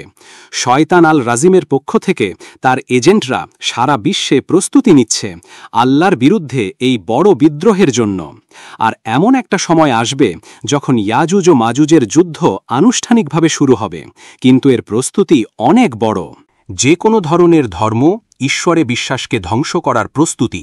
পৃথিবীতে যেই এই কাজ করছে, সে ইংল্যান্ডে হোক, আমেরিকায় হোক বা প্যালেস্টাইনে, সে ইয়াজুজ ও মাজুজের সেনাবাহিনীরই একজন প্রতিনিধি। ইয়াজুজ ও মাজুজ হল একটি সেনাবাহিনী যা বিশ্বাসীদের বিরুদ্ধে যুদ্ধ করবে যখন সঠিক সময় মেসায়া আসবেন। কিন্তু তার আগে এই যুদ্ধ পরিচালনা করার জন্য তার নিজস্ব প্রস্তুতি চলছে। এই যুদ্ধটা অত সহজ হবে না। আচ্ছা, আমি যদি ঠিক বুঝে থাকি, ইয়াজুজ ও মাজুজ এখনও আসেনি। অ্যান্টিক্রাইস্টের ওপর আপনাদের কোনো শিক্ষা আছে কি? আর আপনি বলেছিলেন যে আমালেক ইয়াজুজ এবং মাজুজের সাথে সম্পর্কিত। এই বিষয়টা কি একটু বুঝিয়ে বলবেন? এরা কি আলাদা, নাকি ঈশ্বরের বিরুদ্ধে যুদ্ধকারী জাতিগুলোর মধ্যেই কোনো একটি? আচ্ছা, বোনের প্রশ্ন হল, তোরাহাতে অ্যান্টিক্রাইস্ট সম্পর্কে কিছু আছে কি? এবং ইয়াজুজ আর মাজুজ, দুঃখিত, আমালেক কি ইয়াজুজ এবং মাজুজের অংশ? অ্যান্টিক্রাইস্টের ব্যাপারে আমাদের একটি নীতি আছে যে আমরা কোনো ধর্মীয় আলোচনায় যাই না এবং আমরা কোনো মন্তব্য করতে পারি না, বিশেষ করে যখন আমরা নির্বাসিত অবস্থায় আছি। আমরা সরকার, বিভিন্ন আন্দোলন এবং অন্যান্য ধর্ম নিয়ে কথা বলা এড়িয়ে চলি। আমরা এই ধরনের কোনো কিছু নিয়েই মন্তব্য করি না। আর আপনার দ্বিতীয় প্রশ্ন, আমালেক এবং ইয়াজুজ ও মাজুজ সম্পর্কে। আবারও আমি যেমনটা ব্যাখ্যা করেছি, আমরা নির্দিষ্ট করে কাউকে দেখাতে পারি না। আমালেক এবং ইয়াজুজ ও মাজুজ এমন কিছু নয় যা আমরা কোনো ব্যক্তি, এই ব্যক্তি, ওই ব্যক্তি বা অমুক ব্যক্তি চিহ্নিত করে বলতে পারি। আমালেক এবং ইয়াজুজ হল একটি ধারণা, বুঝতে পারছেন? এরা হলো সেই লোক যারা ঈশ্বর থেকে মানুষকে বিচ্ছিন্ন করতে চায়। এখন আমালেক এবং ইয়াজুজ ও মাজুজ একই কাজ করে, একই কাজ। আমালেক ছিল ৩৫০০ বছর আগে, আর ইয়াজুজ ও মাজুজ আসবে সেই সময়ে যখন পৃথিবীর মুক্তি আসন্ন হবে, অর্থাৎ আজকের এই সময়ে। সুতরাং অবশ্যই আমরা বলতে পারি যে আমালেক হল, আমি ঠিক জানি না কিভাবে বলবো, অনেকটা এরকম যে ইয়াজুজ ও মাজুজের সন্তানেরা হল আমালেকেরই সন্তান। আমি এভাবেই বলবো, এরা রক্তমাংসের সন্তান নয়, বরং এটি একই ধারণা। এটি সেই আন্দোলন যা মানুষকে ঈশ্বর থেকে দূরে, বিশ্বাস থেকে দূরে, ঈশ্বরে বিশ্বাস রেখে জীবনযাপন করার পথ থেকে দূরে সরিয়ে দেওয়ার চেষ্টা করে। এটাই হলো আমালেক এবং ইয়াজুজ ও মাজুজের বর্ণনা। দুটোই এক, কিন্তু শারীরিকভাবে এক নয়। ৩৫০০ বছর আগে আমালেক বলতে একটি বিশেষ জাতিকে বোঝানো হতো, কিন্তু আজকের দিনে এটি কোনো নির্দিষ্ট ব্যক্তির জন্য প্রযোজ্য নয়। কে আমালেক আর ইয়াজুজ ও মাজুজের অন্তর্ভুক্ত তা বোঝার জন্য আপনাকে শুধু নিজের চোখ আর মন ব্যবহার করতে হবে, আর দেখতে হবে কারা মানুষকে ঈশ্বর থেকে দূরে সরিয়ে দিচ্ছে। এবং আমি যেমনটা বলেছি, জায়নিস্টরা এই কাজের পুরো ভাগে রয়েছে। আমি এখানে অন্য কোনো জাতি, আন্দোলন বা সরকারের সমালোচনা করতে আসিনি, তাই আমি অন্য কাউকে চিহ্নিত করতে পারবো না। কিন্তু জায়নিস্টদের দিকে আমি আঙুল তুলতে পারি, আর প্রত্যেকে শুধু চোখ খুললেই দেখতে পাবে। এর জন্য আমার সুপারিশের প্রয়োজন হবে না। রাব্বাই সাফি, আপনি কিছু বলতে চান? বোনের প্রশ্নটি নিয়ে। প্রশ্নটা ছিল, তোরা অ্যান্টিক্রাইস্ট সম্পর্কে কি বলে, আর ইয়াজুজ ও মাজুজ সম্পর্কে। বেশ, আপনি এখানে বলতে পারেন। আমার মনে হয় প্রথম রাব্বাই বিষয়টি খুব সুন্দরভাবে ব্যাখ্যা করেছেন। তবে আমাদের একজন রাব্বাই আছেন, রাব্বাই মালবিম। তিনি ইয়াজুজ এ মাজুজ দুটি জাতিকে চিহ্নিত করেছেন, যারা মূলত দুটি জাতি। আমালেক, যেমনটা রাব্বাই বললেন, একটা সময় ইহুদিদের সাথে যুদ্ধের পর বিলুপ্ত হয়ে গিয়েছিল। একটি জাতি হিসেবে এর অস্তিত্ব শেষ হয়ে গিয়েছিল। এটি সারা বিশ্বে ছড়িয়ে পড়েছিল। আর রাব্বাই যেমনটা বললেন, প্রত্যেক সরকারে, প্রত্যেক জাতিতে এমন লোক আছে এবং আপনি তাদের চিনতে পারবেন না।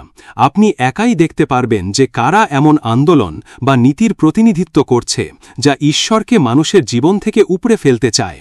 ঠিক যেমন মার্কিন যুক্তরাষ্ট্রে একটা পুরো আন্দোলন হয়েছিল 10 আজ্ঞা, 10 কমান্ডমেন্টস সরানোর জন্য, যা ঈশ্বরের প্রতি বিশ্বাসকে তুলে ধরে এবং যা সবাই বিশ্বাস করত। তারা সেটাকে উপড়ে ফেলেছিল। তারা বলেছিল যে এটা কোনো আদালতের সামনে থাকা উচিত নয়। মার্কিন যুক্তরাষ্ট্রের বিচার ব্যবস্থা থেকে তারা এটাকে উপড়ে ফেলেছিল।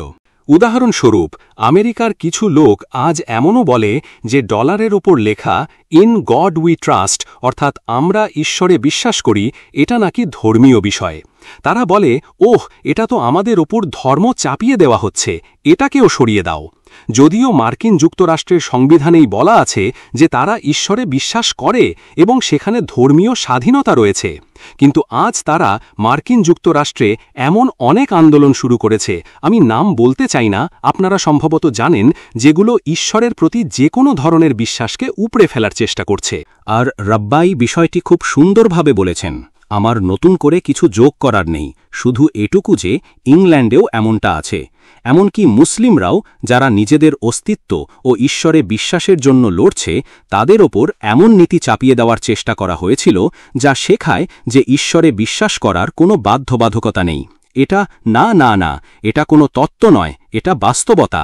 আমরা ঈশ্বরে বিশ্বাস করি, আমরা তোরাতে বিশ্বাস করি, আপনারাও ঈশ্বরে বিশ্বাস করেন, এবং হ্যাঁ, আমরা ঈশ্বরের সেবা করতে এবং তার প্রতি বিশ্বাস রাখতে প্রতিশ্রুতিবদ্ধ। আর আমি যেমনটা বলেছি, আমালেক এবং ইয়াজুজ ও মাজুজ অনেক অনুচর সারা বিশ্বে ছড়িয়ে আছে। আর জাইনিস্টরা, যেমনটা রাব্বাই বললেন, ইয়াজুজ ও মাজুজের এই কাজে তাদের বেশ ভালো একটা অংশীদারিত্ব আছে। ঈশ্বরের প্রতি বিশ্বাসকে উপড়ে ফেলা এবং ঈশ্বরের প্রতি বিশ্বাসের যে কোনো শক্তিকে ধ্বংস করার কাজে। এটাই ইয়াজুজ ও মাজুজ এবং এটাই আমালেক। তারা একসাথে কাজ করছে। হ্যাঁ, তারা দুটো ভিন্ন জাতি, কিন্তু তারা এক হয়ে একটিই কাজ করছে, ঈশ্বরের প্রতি যে কোনো বিশ্বাসকে মুছে ফেলা। ধন্যবাদ। ধন্যবাদ রাব্বাই। বোনদের পক্ষ থেকে কোনো প্রশ্ন? হ্যাঁ বোন। আপনি বলেছেন যে আপনি স্ট্যামফোর্ড হিলে থাকেন এবং সেখানকার ৯৫% ইহুদি জায়নবাদ বিরোধী।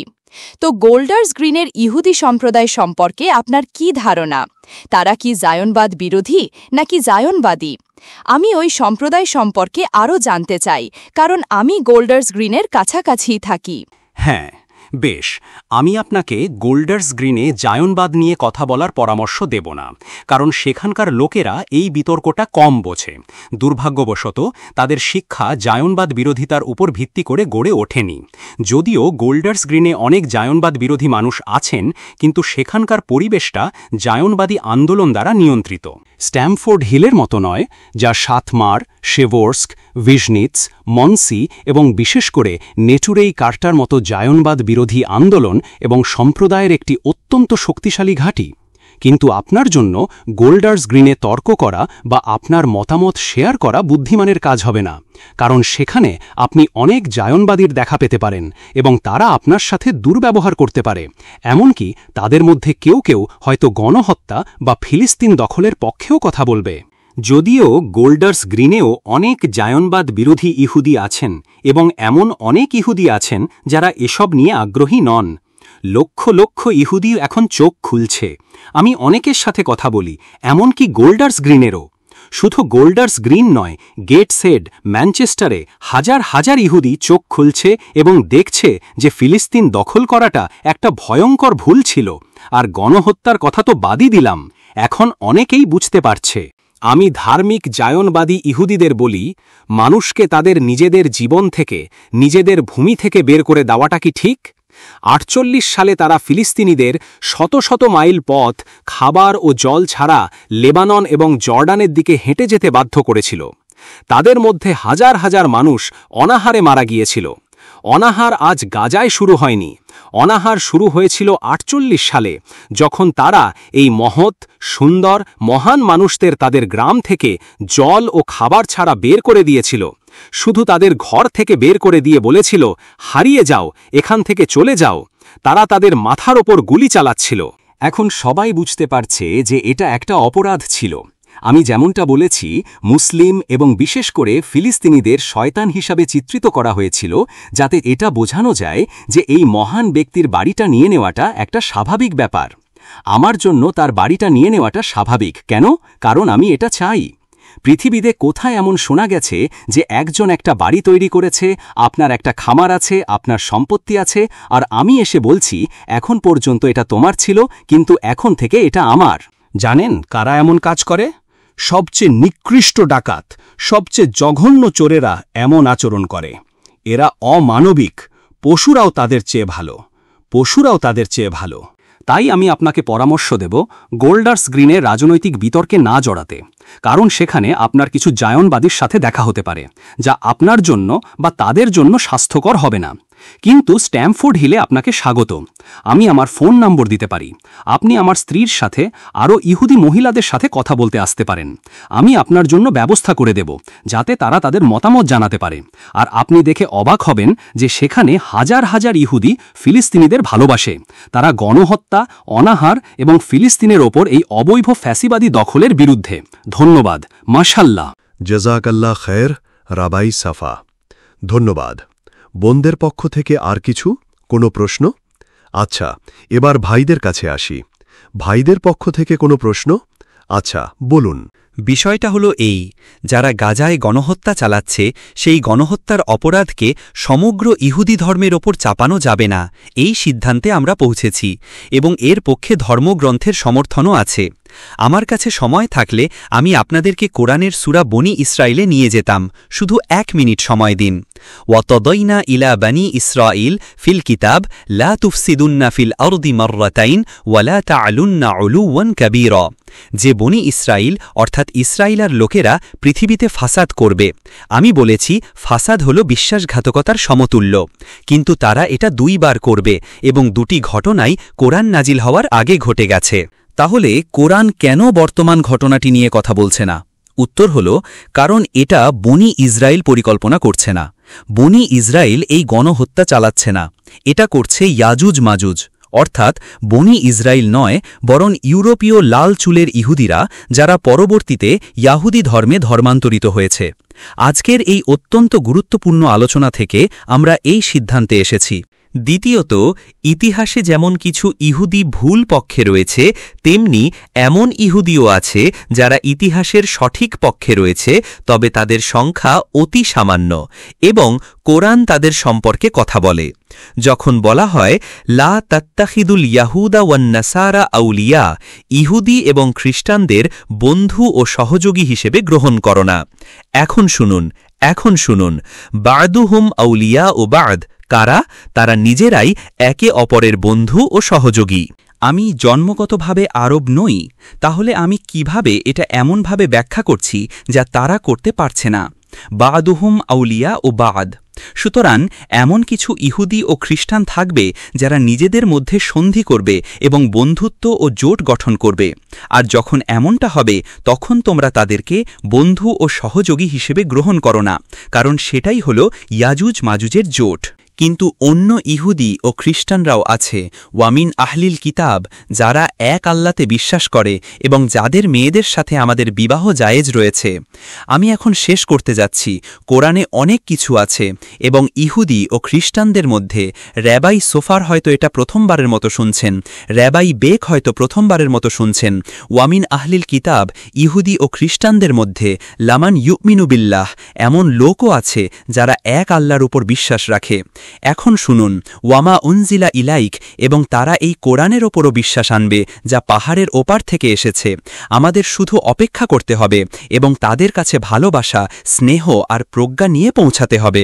কিন্তু আজকের মুসলিম বিশ্বে মনে হচ্ছে প্রজ্ঞার অনেক অভাব। সুতরাং এমন একটা আগামীকাল আসছে যখন তারা সবাই কোরআনকে আল্লাহর বাণী হিসেবে মেনে নেবে। সুতরাং আজকের আলোচনা থেকে আরও একটি বিষয় উঠে আসছে, আর তা হল এমন একটি আগামীকাল আসছে যখন বিশ্বাসী ইহুদি, বিশ্বাসী খ্রিস্টান এবং বিশ্বাসী মুসলমান, যারা সবাই একই এক আল্লাহর ইবাদত করে, তারা বন্ধুত্ব ও জোটের বন্ধনে একত্রিত হবে জায়নবাদীদেরকে তাদের নাস্তিকতা এবং অত্যাচারের বিকল্প পথ শেখাতে। জাযাকাল্লাহু খায়র শেখ ইমরান। আমি আমার দৃষ্টিকোণ থেকে আপনার কথার উত্তর দেওয়ার চেষ্টা করছি। আবারও বলছি, আমি কোনো রাজনীতিবিদ নই, আর যদি আপনি সমাধান কি বা আমরা কি করতে পারি জিজ্ঞাসা করেন, আমি রাজনৈতিক দৃষ্টিকোণ থেকে এর উত্তর দিতে পারব না। আমি একজন ইহুদি র্যাবাই এবং আমি কেবল তোরায়ের কথাই বলছি। আমি আগেই উল্লেখ করেছি, তোরায়ে লেখা আছে যে সর্বশক্তিমানের বিরুদ্ধে বিদ্রোহ সফল হতে পারে না। 100% নিশ্চিত যে ইসরায়েল রাষ্ট্রের পতন ঘটবে। এটা দিনের আলোর মতো পরিষ্কার। 100% নিশ্চিত তাদের পতন হবে। আমি ঈশ্বরের কাছে প্রার্থনা করি, আমরা সবাই প্রার্থনা করি যেন এটা শান্তিপূর্ণভাবে হয়। কেউ রক্তপাত চায় না, কিন্তু এটা যে ঘটবে তা 100% নিশ্চিত। শেখ যেমন বলেছেন, একটি আগামীকাল আসবে, এটা 100% আসবে। ইসরায়েল রাষ্ট্রের পতন ঘটবে। এখন এটা কি যুদ্ধের মাধ্যমে হবে নাকি শান্তিপূর্ণভাবে? আমি আবারও বলছি, আমি রাজনীতিবিদ নই যে এটা বলতে পারব। আমি শুধু বলছি যে এটা যুদ্ধের মাধ্যমেই হতে হবে এমন কোনো বাধ্যবাধকতা নেই। আমি একটা উদাহরণ দিচ্ছি। এখানকার পুরনো প্রজন্মের সবার মনে আছে ৩৫ বছর আগে পৃথিবীতে একটা শক্তিশালী রাষ্ট্র ছিল যার নাম ছিল ইউএসএসআর, সোভিয়েত ইউনিয়ন। আর তখনকার সবাই ভাবত যে এই শক্তিকে শেষ করতে লক্ষ লক্ষ মানুষের জীবন যাবে। তারা খুবই শক্তিশালী ছিল, কিন্তু আমাদের সকলেরই মনে আছে এতে একটি জীবনও হানি ঘটেনি। একই ঘটনা দক্ষিণ আফ্রিকায়। মানুষ ভেবেছিল বর্ণবাদী শাসন ব্যবস্থার পতন ঘটাতে লক্ষ লক্ষ মানুষ নিহত হবে। এতে জীবনহানি হয়েছে, কিন্তু মানুষ যা ভেবেছিল তার চেয়ে অনেক কম। এ থেকে বোঝা যায়, ইচ্ছা থাকলে উপায় হয়। দেখুন, আজ মার্কিন যুক্তরাষ্ট্র এবং আমাদের সরকার অন্ধভাবে ইসরায়েল রাষ্ট্রকে সমর্থন করছে। এটা পাগলামি, সব কিছুতে অন্ধ সমর্থন। তারা তাদের পূর্ণ সমর্থন দিচ্ছে। হতে পারে, আমি জানি না, হয়তো তাদের উদ্দেশ্য ভালো, তারা ইহুদিদের সাহায্য করতে চায়। কিন্তু আমি তাদের বলি, শুধু চোখ খুলুন, এটা ইহুদিদের জন্য কোনো সাহায্য নয়। ইসরায়েল রাষ্ট্র ইহুদি জনগণের পক্ষে নয়। এভাবে দেখবেন না যে এক জাতিকে সাহায্য করার জন্য অন্য জাতিকে হত্যা করতে হবে। আমি দুঃখিত, এটা কোনো পথ হতে পারে না। যদি তাদের ইহুদি জনগণের প্রতি দয়া থাকে যারা হলোকস্টের মধ্য দিয়ে গেছে, তাহলে ফিলিস্তিনিদের কেন এর মূল্য দিতে হবে? তারা তো হলোকস্ট ঘটায়নি, বরং উল্টো ফিলিস্তিনিরা ইহুদিদের বাঁচিয়েছে, তাহলে তারা কেন এর মূল্য দেবে? যাই হোক, তারা যদি ইহুদিদের সাহায্য করতে চায়, জায়নবাদ কেবল রক্তপাতের পর রক্তপাত এবং রক্তের নদী বয়ে আনছে। এর কোনো শেষ নেই, আমি এর কোনো শেষ দেখতে পাচ্ছি না। দেখুন, আজকের দিনে প্রতি ২-৩ সপ্তাহ পর পর রাস্তায় লক্ষ লক্ষ মানুষের র্যালি বের হচ্ছে। বিশ্বের অন্য কোনো ইস্যুতে ফিলিস্তিনের মতো এত সমর্থক নেই। আপনি এমনটা দেখবেন না। দেখুন, বিশ্বের কোন ইস্যুতে এত বিক্ষোভ, এত সমর্থক আছে। আর এটা তো শুধু একটা দেশের কথা, আমরা অনেক দেশেই এটা দেখতে পাচ্ছি। ফিলিস্তিনের বিষয়টি দিন দিন আরও বড় হচ্ছে। জায়নবাদীরা তাদের চুপ করিয়ে দেওয়ার চেষ্টা করে। আমি কাউকে কোনো তকমা দিচ্ছি না, কিন্তু নাৎসিরা যেমন বলেছিল, আমরা ইহুদি জাতিকে নিশ্চিহ্ন করে দেব। যদি তুমি একজন ইহুদিকে দেখতে চাও, তবে তোমাকে জাদুঘরে যেতে হবে। ঠিক একই কথা, আমি তাদের নাম ধরে ডাকছি না, কিন্তু জায়নবাদীরা এটাই বলছে। আমরা ফিলিস্তিনিদের নিশ্চিহ্ন করে দেব। 1 প্রজন্ম, 2 প্রজন্ম, আরও 20 বছর সময় দাও, কেউ মনেও রাখবে না যে ফিলিস্তিন বলে কোনো জাতি ছিল। কিন্তু আপনি নিজের চোখে কি দেখছেন? ঠিক তার উল্টো। 1948 সালে হয়তো 10 লক্ষ ফিলিস্তিনি ছিল। আমি সঠিক সংখ্যা জানি না, আমার সহকর্মী ঠিক জানেন। 1.3 থেকে 10 মিলিয়ন। আজ তাদের সংখ্যা 1 কোটি, 1.5 কোটি। না, আমি দুঃখিত রেবাই, আমি তাদের কথা বলছি যাদের নির্বাসিত করা হয়েছিল। আমি তাদের কথা বলছি না যারা ফিলিস্তিনে বাস করত। আর আজ তাদের সংখ্যা 10 মিলিয়ন, 15 মিলিয়ন। 10-20 বছর পর কি হবে? আর আপনি দেখতে পাচ্ছেন ফিলিস্তিনের প্রতি সমর্থন কেবল বেড়েই চলেছে। সুতরাং সমস্যাটা কমছে না, বরং আরও অনেক বেড়ে যাচ্ছে। এবং বিশ্ব ফিলিস্তিনিদের সাহায্য ও সমর্থন করার জন্য জেগে উঠছে। তাই আবারও বলছি, যখন আমাদের সরকার এবং মার্কিন যুক্তরাষ্ট্র এটা বুঝবে, শুধু চোখ খুলুন এবং দেখুন, অন্ধ হবেন না। ইসরায়েল রাষ্ট্র একটি বড় বিপর্যয়, এর থেকে বেরোনোর কোনো পথ নেই। এবং তারা বুঝবে যে একমাত্র পথ হল ইসরায়েল রাষ্ট্রের অবসান ঘটানো। আর আবারও বলছি, ইচ্ছা থাকলে উপায় হয়, তারা এটা করার পথ খুঁজে বের করবে। আমি আবার মূল কথায় ফিরে আসি। আমি রাজনীতিবিদ নই, কিন্তু তোরাহের বাণী হল হাবুয়াস পি হাশেম লো সিসলাখ। সর্বশক্তিমানের বিরুদ্ধে বিদ্রোহ সফল হতে পারে না এবং হবেও না। আমরা আশা করি আমরা এটা নিজেদের চোখে দেখতে পাব। ধন্যবাদ। আমার প্রশ্ন ডান দিকের রেবাইয়ের কাছে। আপনি আগে বলেছিলেন ইয়াজুজ ও মাজুজ 2টি জাতি, কিন্তু আপনি তাদের নাম উল্লেখ করতে চাননি। কেন আপনি উল্লেখ করতে চান না? কারণ আমি সংক্ষেপে এবং শেখের জন্য একটি প্রশ্ন। ইসলামিক দৃষ্টিকোণ থেকে এই 2টি জাতি কারা, তার কোনো ইঙ্গিত আছে কি? যেমন আমি উল্লেখ করেছি, র্যাবাই বেক যেমন বলেছেন, আমরা নির্বাসনে আছি। আমরা বিশ্ব জায়নবাদ এবং ফিলিস্তিনিদের বিরুদ্ধে তাদের নৃশংসতা, তাদের অস্তিত্ব এবং ফিলিস্তিনের অবৈধ দখলের বিরুদ্ধে লড়াই করতে প্রতিশ্রুতিবদ্ধ। তবে ইয়াজুজ ও মাজুজ জাতি, যাদের সম্পর্কে আমি 200 বছর আগের একজন র্যাবাইয়ের লেখা পড়েছি, তিনি এই 2টি জাতিকে চিহ্নিত করেছেন। আমি যদি ক্যামেরার সামনে তাদের নাম বলি, তবে তা ওই 2টি জাতির বিরুদ্ধে সরাসরি অবাধ্যতা হবে, যদিও আমি জানি যে শেষ পর্যন্ত তারা ধ্বংস হবে। আপনি যদি নামগুলো শুনতে চান, আমি ক্যামেরা ছাড়া ব্যক্তিগতভাবে আপনাকে বলতে পারি। ধন্যবাদ। আমি আপনাকে আগেই উত্তর দিয়েছি। কোরআনে ইয়াজুজ ও মাজুজ সম্পর্কে মাত্র 2টি সরাসরি উল্লেখ আছে, অন্যগুলো পরোক্ষ। সূরা আল কাহফে সরাসরি উল্লেখ আছে এবং সূরা আল আম্বিয়াতে সরাসরি উল্লেখ আছে। আমি আম্বিয়ার আয়াতটি উদ্ধৃত করেছি একটি শহর সম্পর্কে, এবং নবী মোহাম্মদ সাল্লাল্লাহু আলাইহি ওয়াসাল্লামের মাধ্যমে সেই শহরটিকে জেরুজালেম হিসেবে চিহ্নিত করে আমরা এই সিদ্ধান্তে পৌঁছেছি যে আমরা ইয়াজুজ ও মাজুজকে আধুনিক পশ্চিমা সভ্যতায় যারা ক্ষমতা নিয়ন্ত্রণ করে তাদের হিসেবে চিহ্নিত করতে পারি। প্রকৃতপক্ষে আমরা এর চেয়েও গভীরে যেতে পারি, আধুনিক পশ্চিমা সভ্যতার দুর্নীতিগ্রস্ত ক্ষমতার নিরিখে যা কিছু স্পর্শ করে তাকেই দূষিত করে। আধুনিক পশ্চিমা সভ্যতা হল ইয়াজুজ ও মাজুজের সভ্যতা। এবং পরিশেষে যারা আধুনিক পশ্চিমে ক্ষমতা নিয়ন্ত্রণ করে তারা ঠিক একই লোক যারা ইসরায়েলে ক্ষমতা নিয়ন্ত্রণ করে। আসসালামু আলাইকুম শেখ, আপনার উপস্থিতিতে থাকতে পেরে আমি আনন্দিত। আমার একটি প্রশ্ন আছে যা দূরবর্তীভাবে ইয়াজুজ ও মাজুজের সাথে সম্পর্কিত। একটি ঐতিহাসিক তথ্য যদি আপনি উত্তর দিতে পারেন। আপনার জ্ঞান অনুযায়ী জুলকারনাইন আগে এসেছিলেন নাকি নবী দাউদ আলাইহিসসালাম আগে এসেছিলেন? কোরআন আমাদের এমন কোনো তথ্য দেয় না যার ভিত্তিতে আমরা আপনাকে উত্তর দিতে পারি। তবে আমি ইতিমধ্যে 5 লক্ষবার ব্যাখ্যা করেছি যে কর্ণ শব্দের অর্থ হতে পারে একটি শিং অথবা একটি প্রজন্ম, একটি জাতি, একটি যুগ। সুতরাং জুলকারনাইনের অর্থ হতে পারে 2 শিংবালা কেউ অথবা এমন কেউ যিনি ইতিহাসে 2 বার প্রভাব ফেলেন। মনে রাখবেন, আমি আরব নই, এটা আমার মাতৃভাষা নয়। হয় 2 শিংওয়ালা কেউ অথবা এমন কেউ যিনি ইতিহাসে 2 বার প্রভাব ফেলেন। কোরআন কখনো কার্ন শব্দটি শিং অর্থে ব্যবহার করেনি, কখনো না।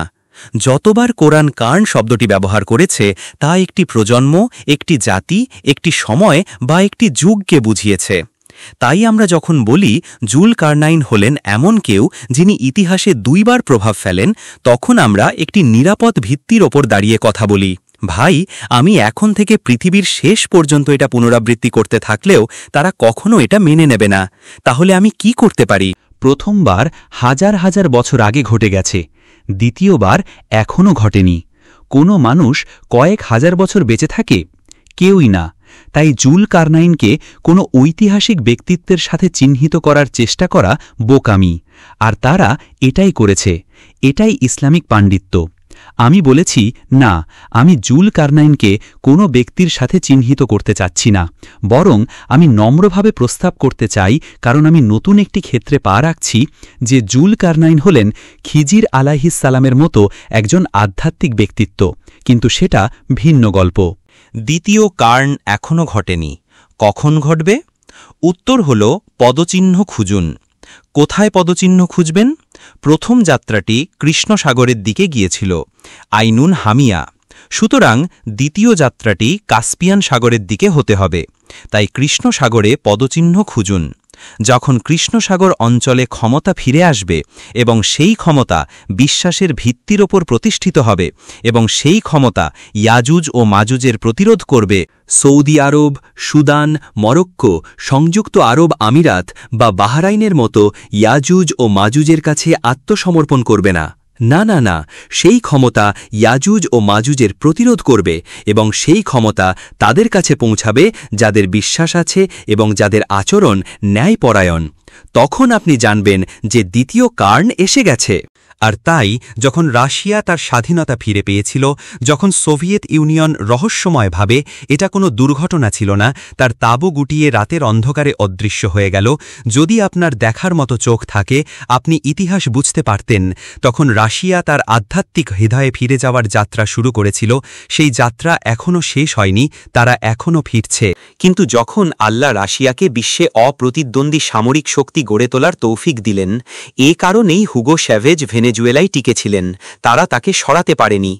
এ কারণেই মাদুরো এখনও সেখানে আছেন, তারা তাকে সরাতে পারছে না, কারণ রাশিয়ার কাছে বিশ্বে অপ্রতিদ্বন্দ্বী সামরিক শক্তি রয়েছে। যখন রাশিয়া 14 সালে ক্রিমিয়া পুনরুদ্ধার করে, আমি বলেছিলাম এখন আমার উদযাপনের সময়। কেন? কারণ এখন রাশিয়া কৃষ্ণসাগর নিয়ন্ত্রণ করে এবং তাই আমরা এখন কার্নাইনের দ্বিতীয় কার্নের জন্য অপেক্ষা করতে পারি। আমার প্রশ্ন র‍্যাবাইদের কাছে, ইউরোপীয় হলোকস্টের সময় আপনার মতে আজকের ভালো ইহুদি এবং জায়নবাদী ইহুদিদের মধ্যে ভারসাম্যহীনতার কারণ কি?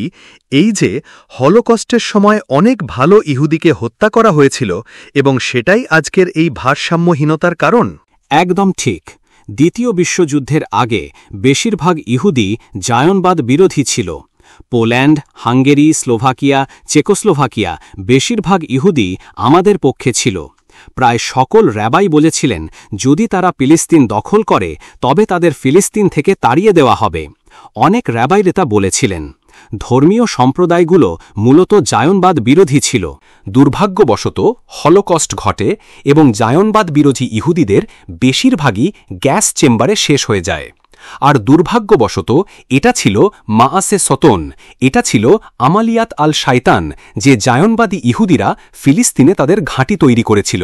দুর্ভাগ্যবশত আমাদের সরকারের সাহায্যে, যারা জানত না তারা কি করছে, তারা ফিলিস্তিনে একটি শক্তিশালী ভিত্তি তৈরি করতে সক্ষম হয়েছিল এবং তারা হলোকস্ট থেকে জায়নবাদ বিরোধী ইহুদিদের বাঁচাতে সাহায্য করেনি, তারা কেবল জায়নবাদী ইহুদিদের বাঁচাতে সাহায্য করেছিল। আপনি কি জানেন যে রোমানিয়ার একটি বন্দর শহর কনস্ট্যান্টায় নৌকা ছিল? সেখানে জায়ানবাদীরা ফিলিস্তিনিদের তাড়িয়ে দেওয়ার জন্য একটি সামরিক শক্তি তৈরির উদ্দেশ্যে শরণার্থীদের ফিলিস্তিনে নিয়ে যাওয়ার জন্য বড় বড় নৌকা ভাড়া করেছিল। সেই নৌকাগুলোতে যদি কোনো ব্যক্তিকে জায়ানবাদ বিরোধী বলে সন্দেহ করা হতো, তাকে নৌকা থেকে বের করে দেওয়া হতো। তারা হাকসারা অর্থাৎ প্রশিক্ষণ শিবির তৈরি করত। প্রথম ও দ্বিতীয় বিশ্বযুদ্ধের মধ্যবর্তী সময়ে তারা জায়নবাদ বিরোধী ইহুদিদের মধ্যে জায়নবাদী বানানোর জন্য প্রচুর প্রচারণা চালাত।